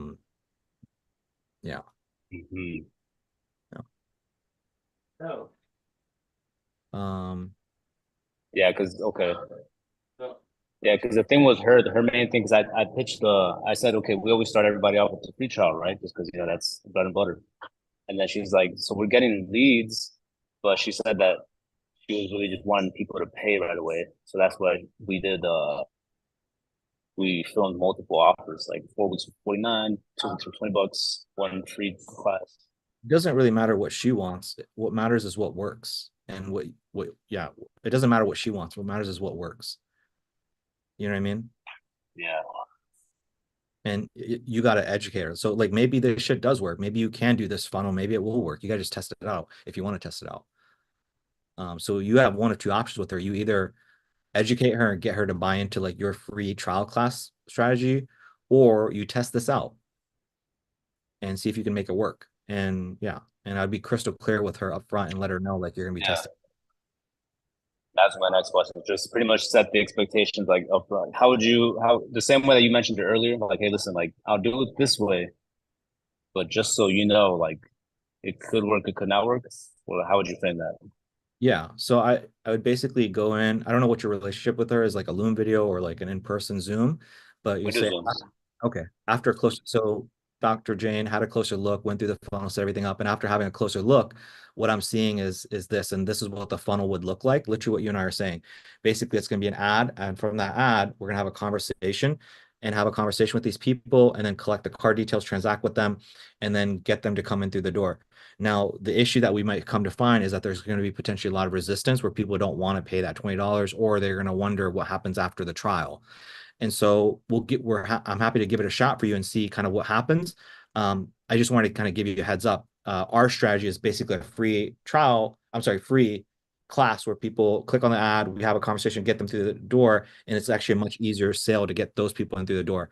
So I just want to kind of be transparent and give you a heads up that of what my expectations are, that we don't 100% know exactly what's going to happen through this strategy. We know our strategy works for sure, but when it comes to this strategy, we're not 100% sure. We're going to have to just do a little bit of testing. Is that okay? Got it. Yeah. So just pretty much letting them know, like, hey, listen, I'm gonna do my best. These are the things that could happen potentially. These are the things that, could make it fail, could make it work. But we know for sure that my strategy works. Yeah. Okay, Yep. cool. And this could work, man. It could work. I think the magic to making this work, if your ad is a banger and if the offer is really good, I don't know if the market's gonna like this offer. Maybe $20 for a 2-week trial is a banger offer. Maybe it is. I don't know. But if it is, then your challenge is just gonna be that phone call to figure out how to extract the money. That's gonna be the key. I feel like if you can figure out how to have that conversation to extract the money, bro, this could be banger. And just keep everything the same, lead format, everything's the same. It's just the phone conversation. Once we have that interaction with the lead, that's where the thing's gonna get like pretty nuanced and like it could be like a fail or like a success. Yeah, it's gonna be all on you in terms of what that script looks like. Okay. So I actually think it's, I think like if I had the time and energy, if you got the time and energy, like it's a cool experiment to try for sure. Yeah. Yeah, I got more time and more energy now. And if it works, and if it works really well, I think you with your other buddy, the one that you try to get some results where it doesn't work, I mean, definitely like do Alex Hormozi shit. Like that's most likely gonna fucking crush for you. But if you couldn't for some reason, then if you get the kid stuff to work for her, well then fuck, you might be able to apply it to that dude. Yeah. She said that she's been doing 4 weeks for $49 for like the longest time, and that's always been like banger for them. So it's always been working no matter what. Okay. But she said that she just started doing 2 weeks for 20, and that's been working too. So she's like, let's just try that one first. Okay. Yeah, if she's saying that's what works, then give it a shot. Maybe it'll work through paid ads. I like 4 weeks for $49. Like, you know what I mean? Like maybe you can test them both out.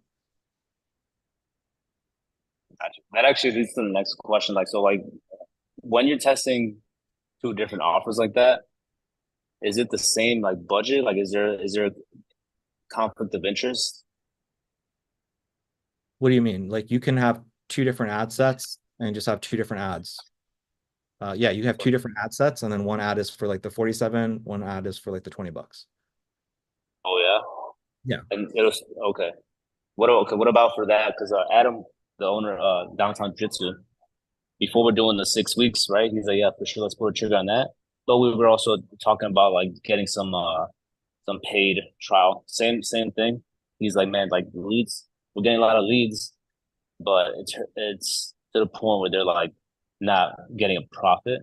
So he's like, maybe we can try something where we're at least charging something so that the leads balance themselves out. Yeah. So he's like, is it bad if we run that at the same time as the 6 week offer? Oh, I Is see. that challenging? Okay, so this goes back to what I said earlier too, which is like, if something is working, like don't break it, right? So if that shit isn't, if they're not profitable, bro, and they're like losing money, like yeah, just shut off whatever you're doing with Adam. Now, if it is working to some degree, then yeah, just keep that ad set, keep that campaign on, and then add this one as well. Would I make a whole new campaign? Yeah, right. You would make new ad sets, not new campaign. So I don't have to make a new campaign. Oh, just ad sets. Oh, okay. So even if I'm making it,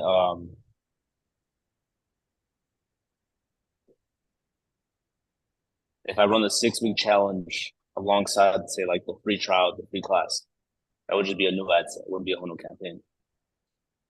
It's up to you. I don't think there's an issue with it. I like to keep all the data within one campaign.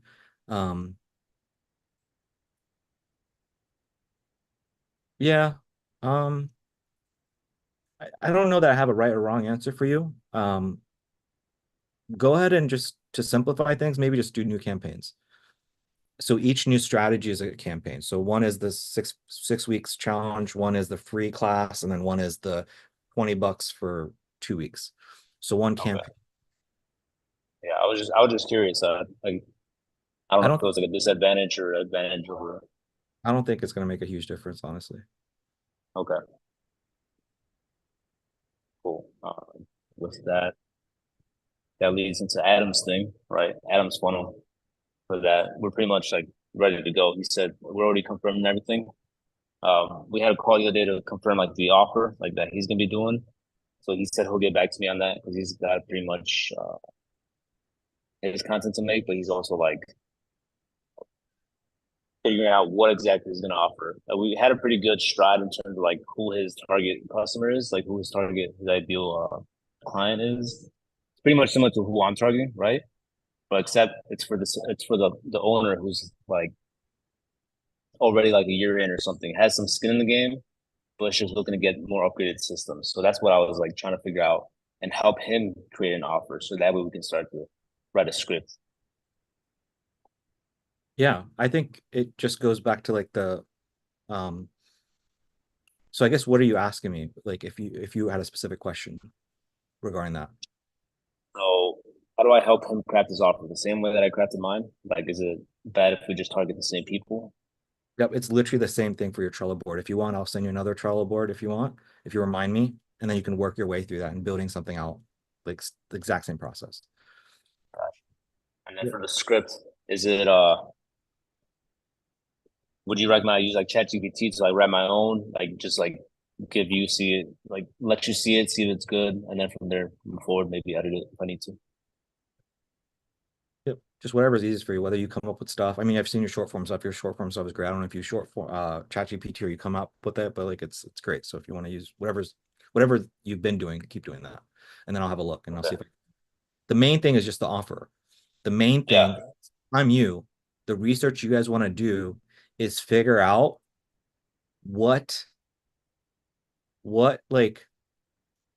so their avatar who's been in the game for 1 or 2 years, whatever, what is the thing that Adam wants them to help with that is worth like 16,000?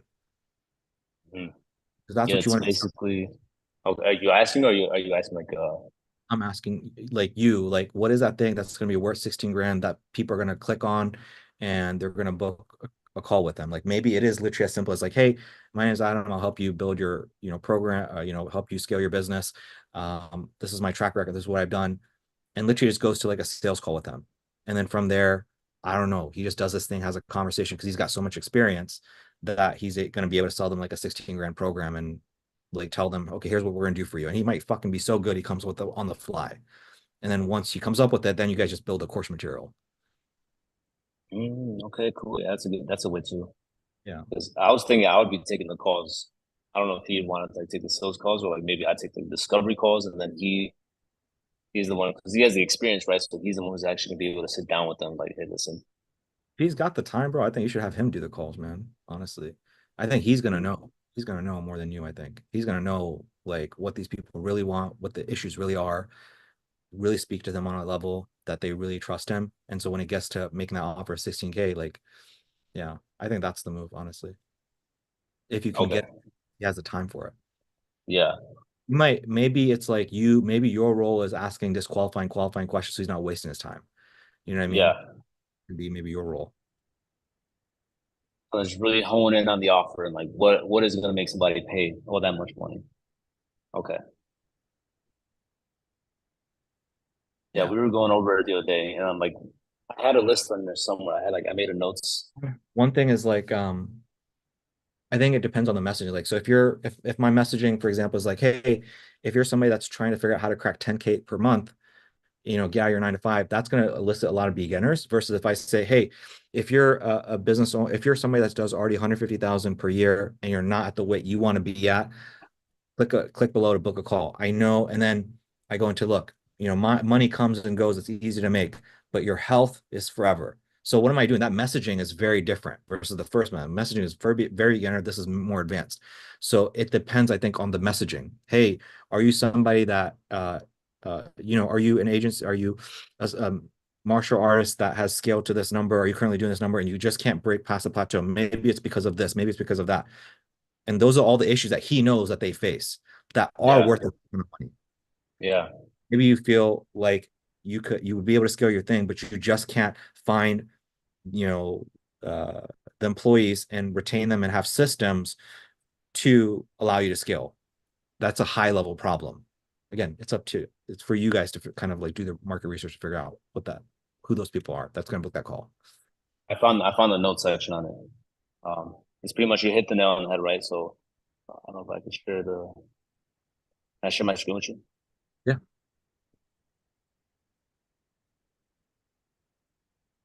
Can you see? Yep. People who are trying to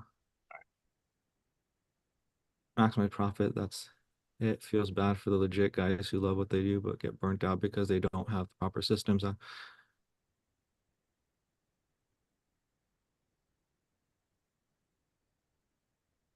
My ability to grow vacation. Yeah. It sounds good. I mean, it sounds to me like maximizing profits. You're somebody that loves what you do, but you feel like you're getting burnt out because the reason you feel like you're getting burnt out, the reason you're getting burnt out, in my experience, is because you don't have the proper systems in place. In my experience, there are 4 systems. There's a system for traffic. There's a system for this. There's a system for this, and there's a system for this. Once you have these 4 systems in place, you will be able to scale up your business. And if you want more information on what those 4 systems are, click the button below. I've got a quick video for you to watch that'll show you what these 4 systems are to help you leverage your business. And if you're interested, after that, you can book a call, or you can go right into these are the 4 systems. And if you'd like me to help you with these 4 systems, click below, book a call with me, and I'll walk you through what those 4 systems are and show you how we can help you implement them within the next 30 days to increase your profits, something like that. Oh man, that's good. Yeah, cool. Yeah, it's pretty much I think that was really good, honestly. Just like tweaking a little bit like that. But with that too, like the Julio and Harris, these guys, they're part of our affiliates, and they're basically like his guinea pigs, right? His free to fee, I guess, in a way. Cool. He's basically like helped them like do the exact same thing, and he's gonna use them as like testimonials. So listen, we'll work the whole consultation program for you for free. In return, you just give us testimonials, some like real good testimonials. Nice. Dope. So that's pretty much exactly who he was talking about, because he's like that's how he helped them out. So okay, that helps a ton. Perfect. Cool, man. Well, I'm excited when you guys get further along in that, and that could be a game changer. We can pivot from selling $1,500 a month things to 16 band things, that should make things fun.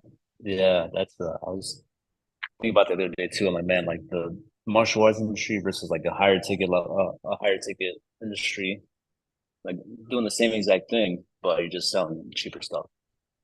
100%. It'd be way easier, I think, to do. It'd be way easier, I think. Service delivery. Yeah. Last thing I had here was my agency with that. So that's why I was asking you about refilming my ads, right? And I saw the video a little bit. I was skimming through it because I'm on the clock right now, so I was skimming through it. But basically what I got out of it was basically if shit's not broken, don't fix it, right? Like try not to mess around with it too much. I think I might have messed around with it too much because I went from $20 to $25 per day, and then now like my most recent lead has been like $110. How long have you been running that at? 4 weeks? Like 4 days or? Yeah, pretty much 4 days. So I would give it, another 3 days or so and see if the numbers start coming down. That's what happened with Rodarte, literally the same thing. He was running for $30, increased to 36, shit went crazy. Waited 4 days and now it's back to normal. Okay. And then yeah, that's pretty much it. Just maximizing the discovery calls, like you mentioned before, like the last time we spoke, where you're saying maybe they're not unqualified. Maybe I just need to increase my sales for sure. So increase sales, that's start getting on payment plans or financing and stuff like that. Get better at sales, 100%. And then I saw that video too. The marketing helps kill the sales rejection. Mhm. So in order to do that, start creating more content. You think like around that, like based around like the problems that the system solves for them. So this is a complex thing. I was literally gonna create a lesson on this.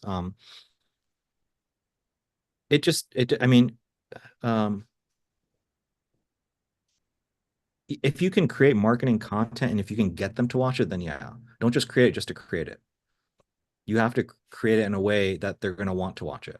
So for me, for example, I tell people like, hey, I'm not going to hop on a sales call with you until you go through this content. And what I do is so somebody purchases, I hop in the DMs, have a conversation with them so they get value. When they get value, they're more likely to watch a Loom video. And that Loom video, I blow them away to the point where they're like, yeah, I'm going to actually watch the course material. Now that they watch the course material, now the purpose of doing everything I've done to get them to watch the course material is so that they sell themselves by going through the course material. Now I actually hop on a call. Now it's, they're opened up. So if you just create content, the question becomes, how are you going to get them to watch the content? If you do a good job on the discovery call and say, hey, look, I need you to watch this content for this and that reason, it's going to be in your benefit, then yeah, great. Maybe that content will help them, help you close them on the sales call. Mm-hmm. Gotcha. Well, in your experience, what's been the best way to have them watch? Just sending them and like, hey, listen, here's what I did. Honestly, what I've seen people do, like some funnels I've seen is like, it's an ad, it's a call, and it's a thank you page. And it's like, there's a bunch of testimonials and it's like, hey, make sure you stalk me on YouTube. And so people often actually want to do that. They actually do want to click and actually go to YouTube because they want to see if somebody's legit or not. So somebody maybe will go to YouTube on their own, check out some content, and then you'll maybe DM them from Instagram. And so they'll see some more of your content. I like to have conversation with people with an Instagram and then send them a post to check out. Because I know if they check out that post, they like it, they're going to start check out my other content. I don't have an answer for you, honestly. I really don't have an answer for you in terms of you just have to throw in the reps. Test stuff out on the discovery call, see what you can get people to bite on and do. Honestly, I don't directly have an answer for you. On that note, I saw that one video was like how to cold DM people on IG. Something that's been cool is I've had that one YouTube video I made, I had people DM me actually from it. And like actually like DM me the word whatever I put system, I think. And then they DM me, right? And he's like, hey man, I saw this. I had that conversation with them and I turned that conversation to a sales call. I did not close. But I thought it was cool because I'm like, oh, that came from content. It all came from content. What video was this? So I made a YouTube video about no. He saw my ad and then he saw my IG page. And then I had a conversation with him because he DM'd me the word system. I put a word to DM me on my Instagram post to DM me a word for like this Miro board. He DM'd me that. I sent him the Miro board, and then from there I initiated the conversation. I'm like, hey, what are you having trouble with? And then as we talked, I said, oh, hey, I actually made a video on this. do you mind if I share it with you? Like, would you watch it? And he's like, yeah, for sure. And I sent him the video and he's like, dude, that was awesome.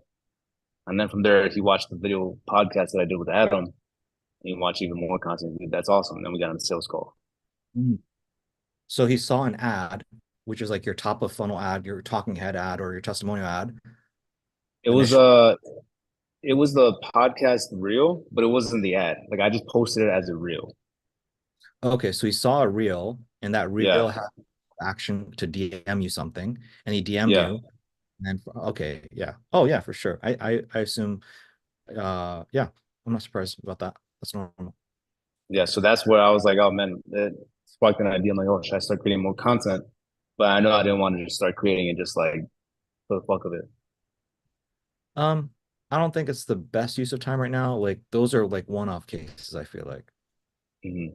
I think a much better use of time is not to create content on Instagram, but to create content on YouTube with call to actions. Gotcha. Yeah, because those are more evergreen. They get pushed out more. With Instagram, you post it, and then after 24 hours, it's dead. And the only time you get value is if you have somebody that's really nosy and wants to check out your content. And honestly, most people aren't like that. Mhm. Yeah, so it's good. I wouldn't focus on it right now. It's not the best use of time right now, I would say. Okay. Best use of time is like focus on these other things. Figuring out, I would say figure out how to increase your ad spend. Like that's maybe something that's something that we could do. That's the one thing I'm looking at for you is like your close rate is pretty healthy. Everything's pretty healthy. You're able to get most clients results. Like the only thing I'm looking at is just like increasing your ad spend. That's it. Yeah, that's been kind of like frustrating me because I'm like, man, like we almost cracked it, and then like we did a thing again, like when we doubled it last time, and then boom, it just tanked. Yeah. So I'm my like, man. advice is play around with it, bro. Like experiment, and maybe we'll do CBO campaigns. We'll do different things. Just play around with it. That's your biggest challenge. Yeah.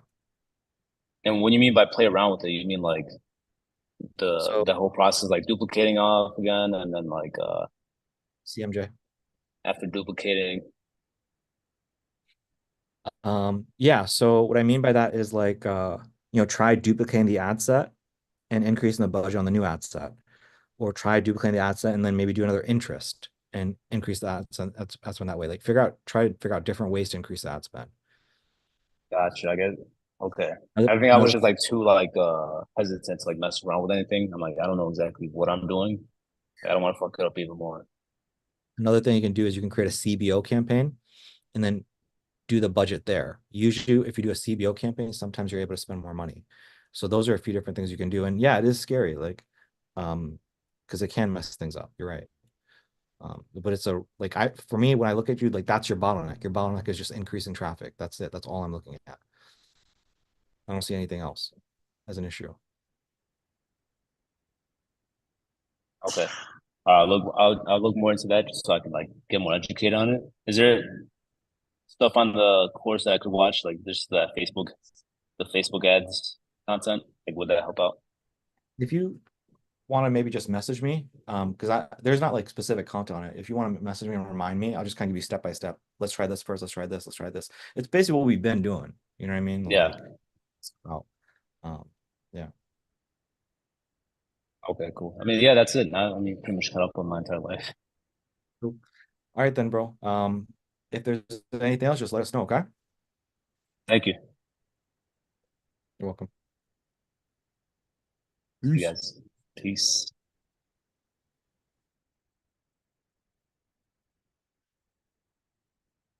Mr. Mason, give me just a second. Let me share this in the group. You're good, dude. I'm slamming this burrito right now. You're what? Slamming this Oh. burrito.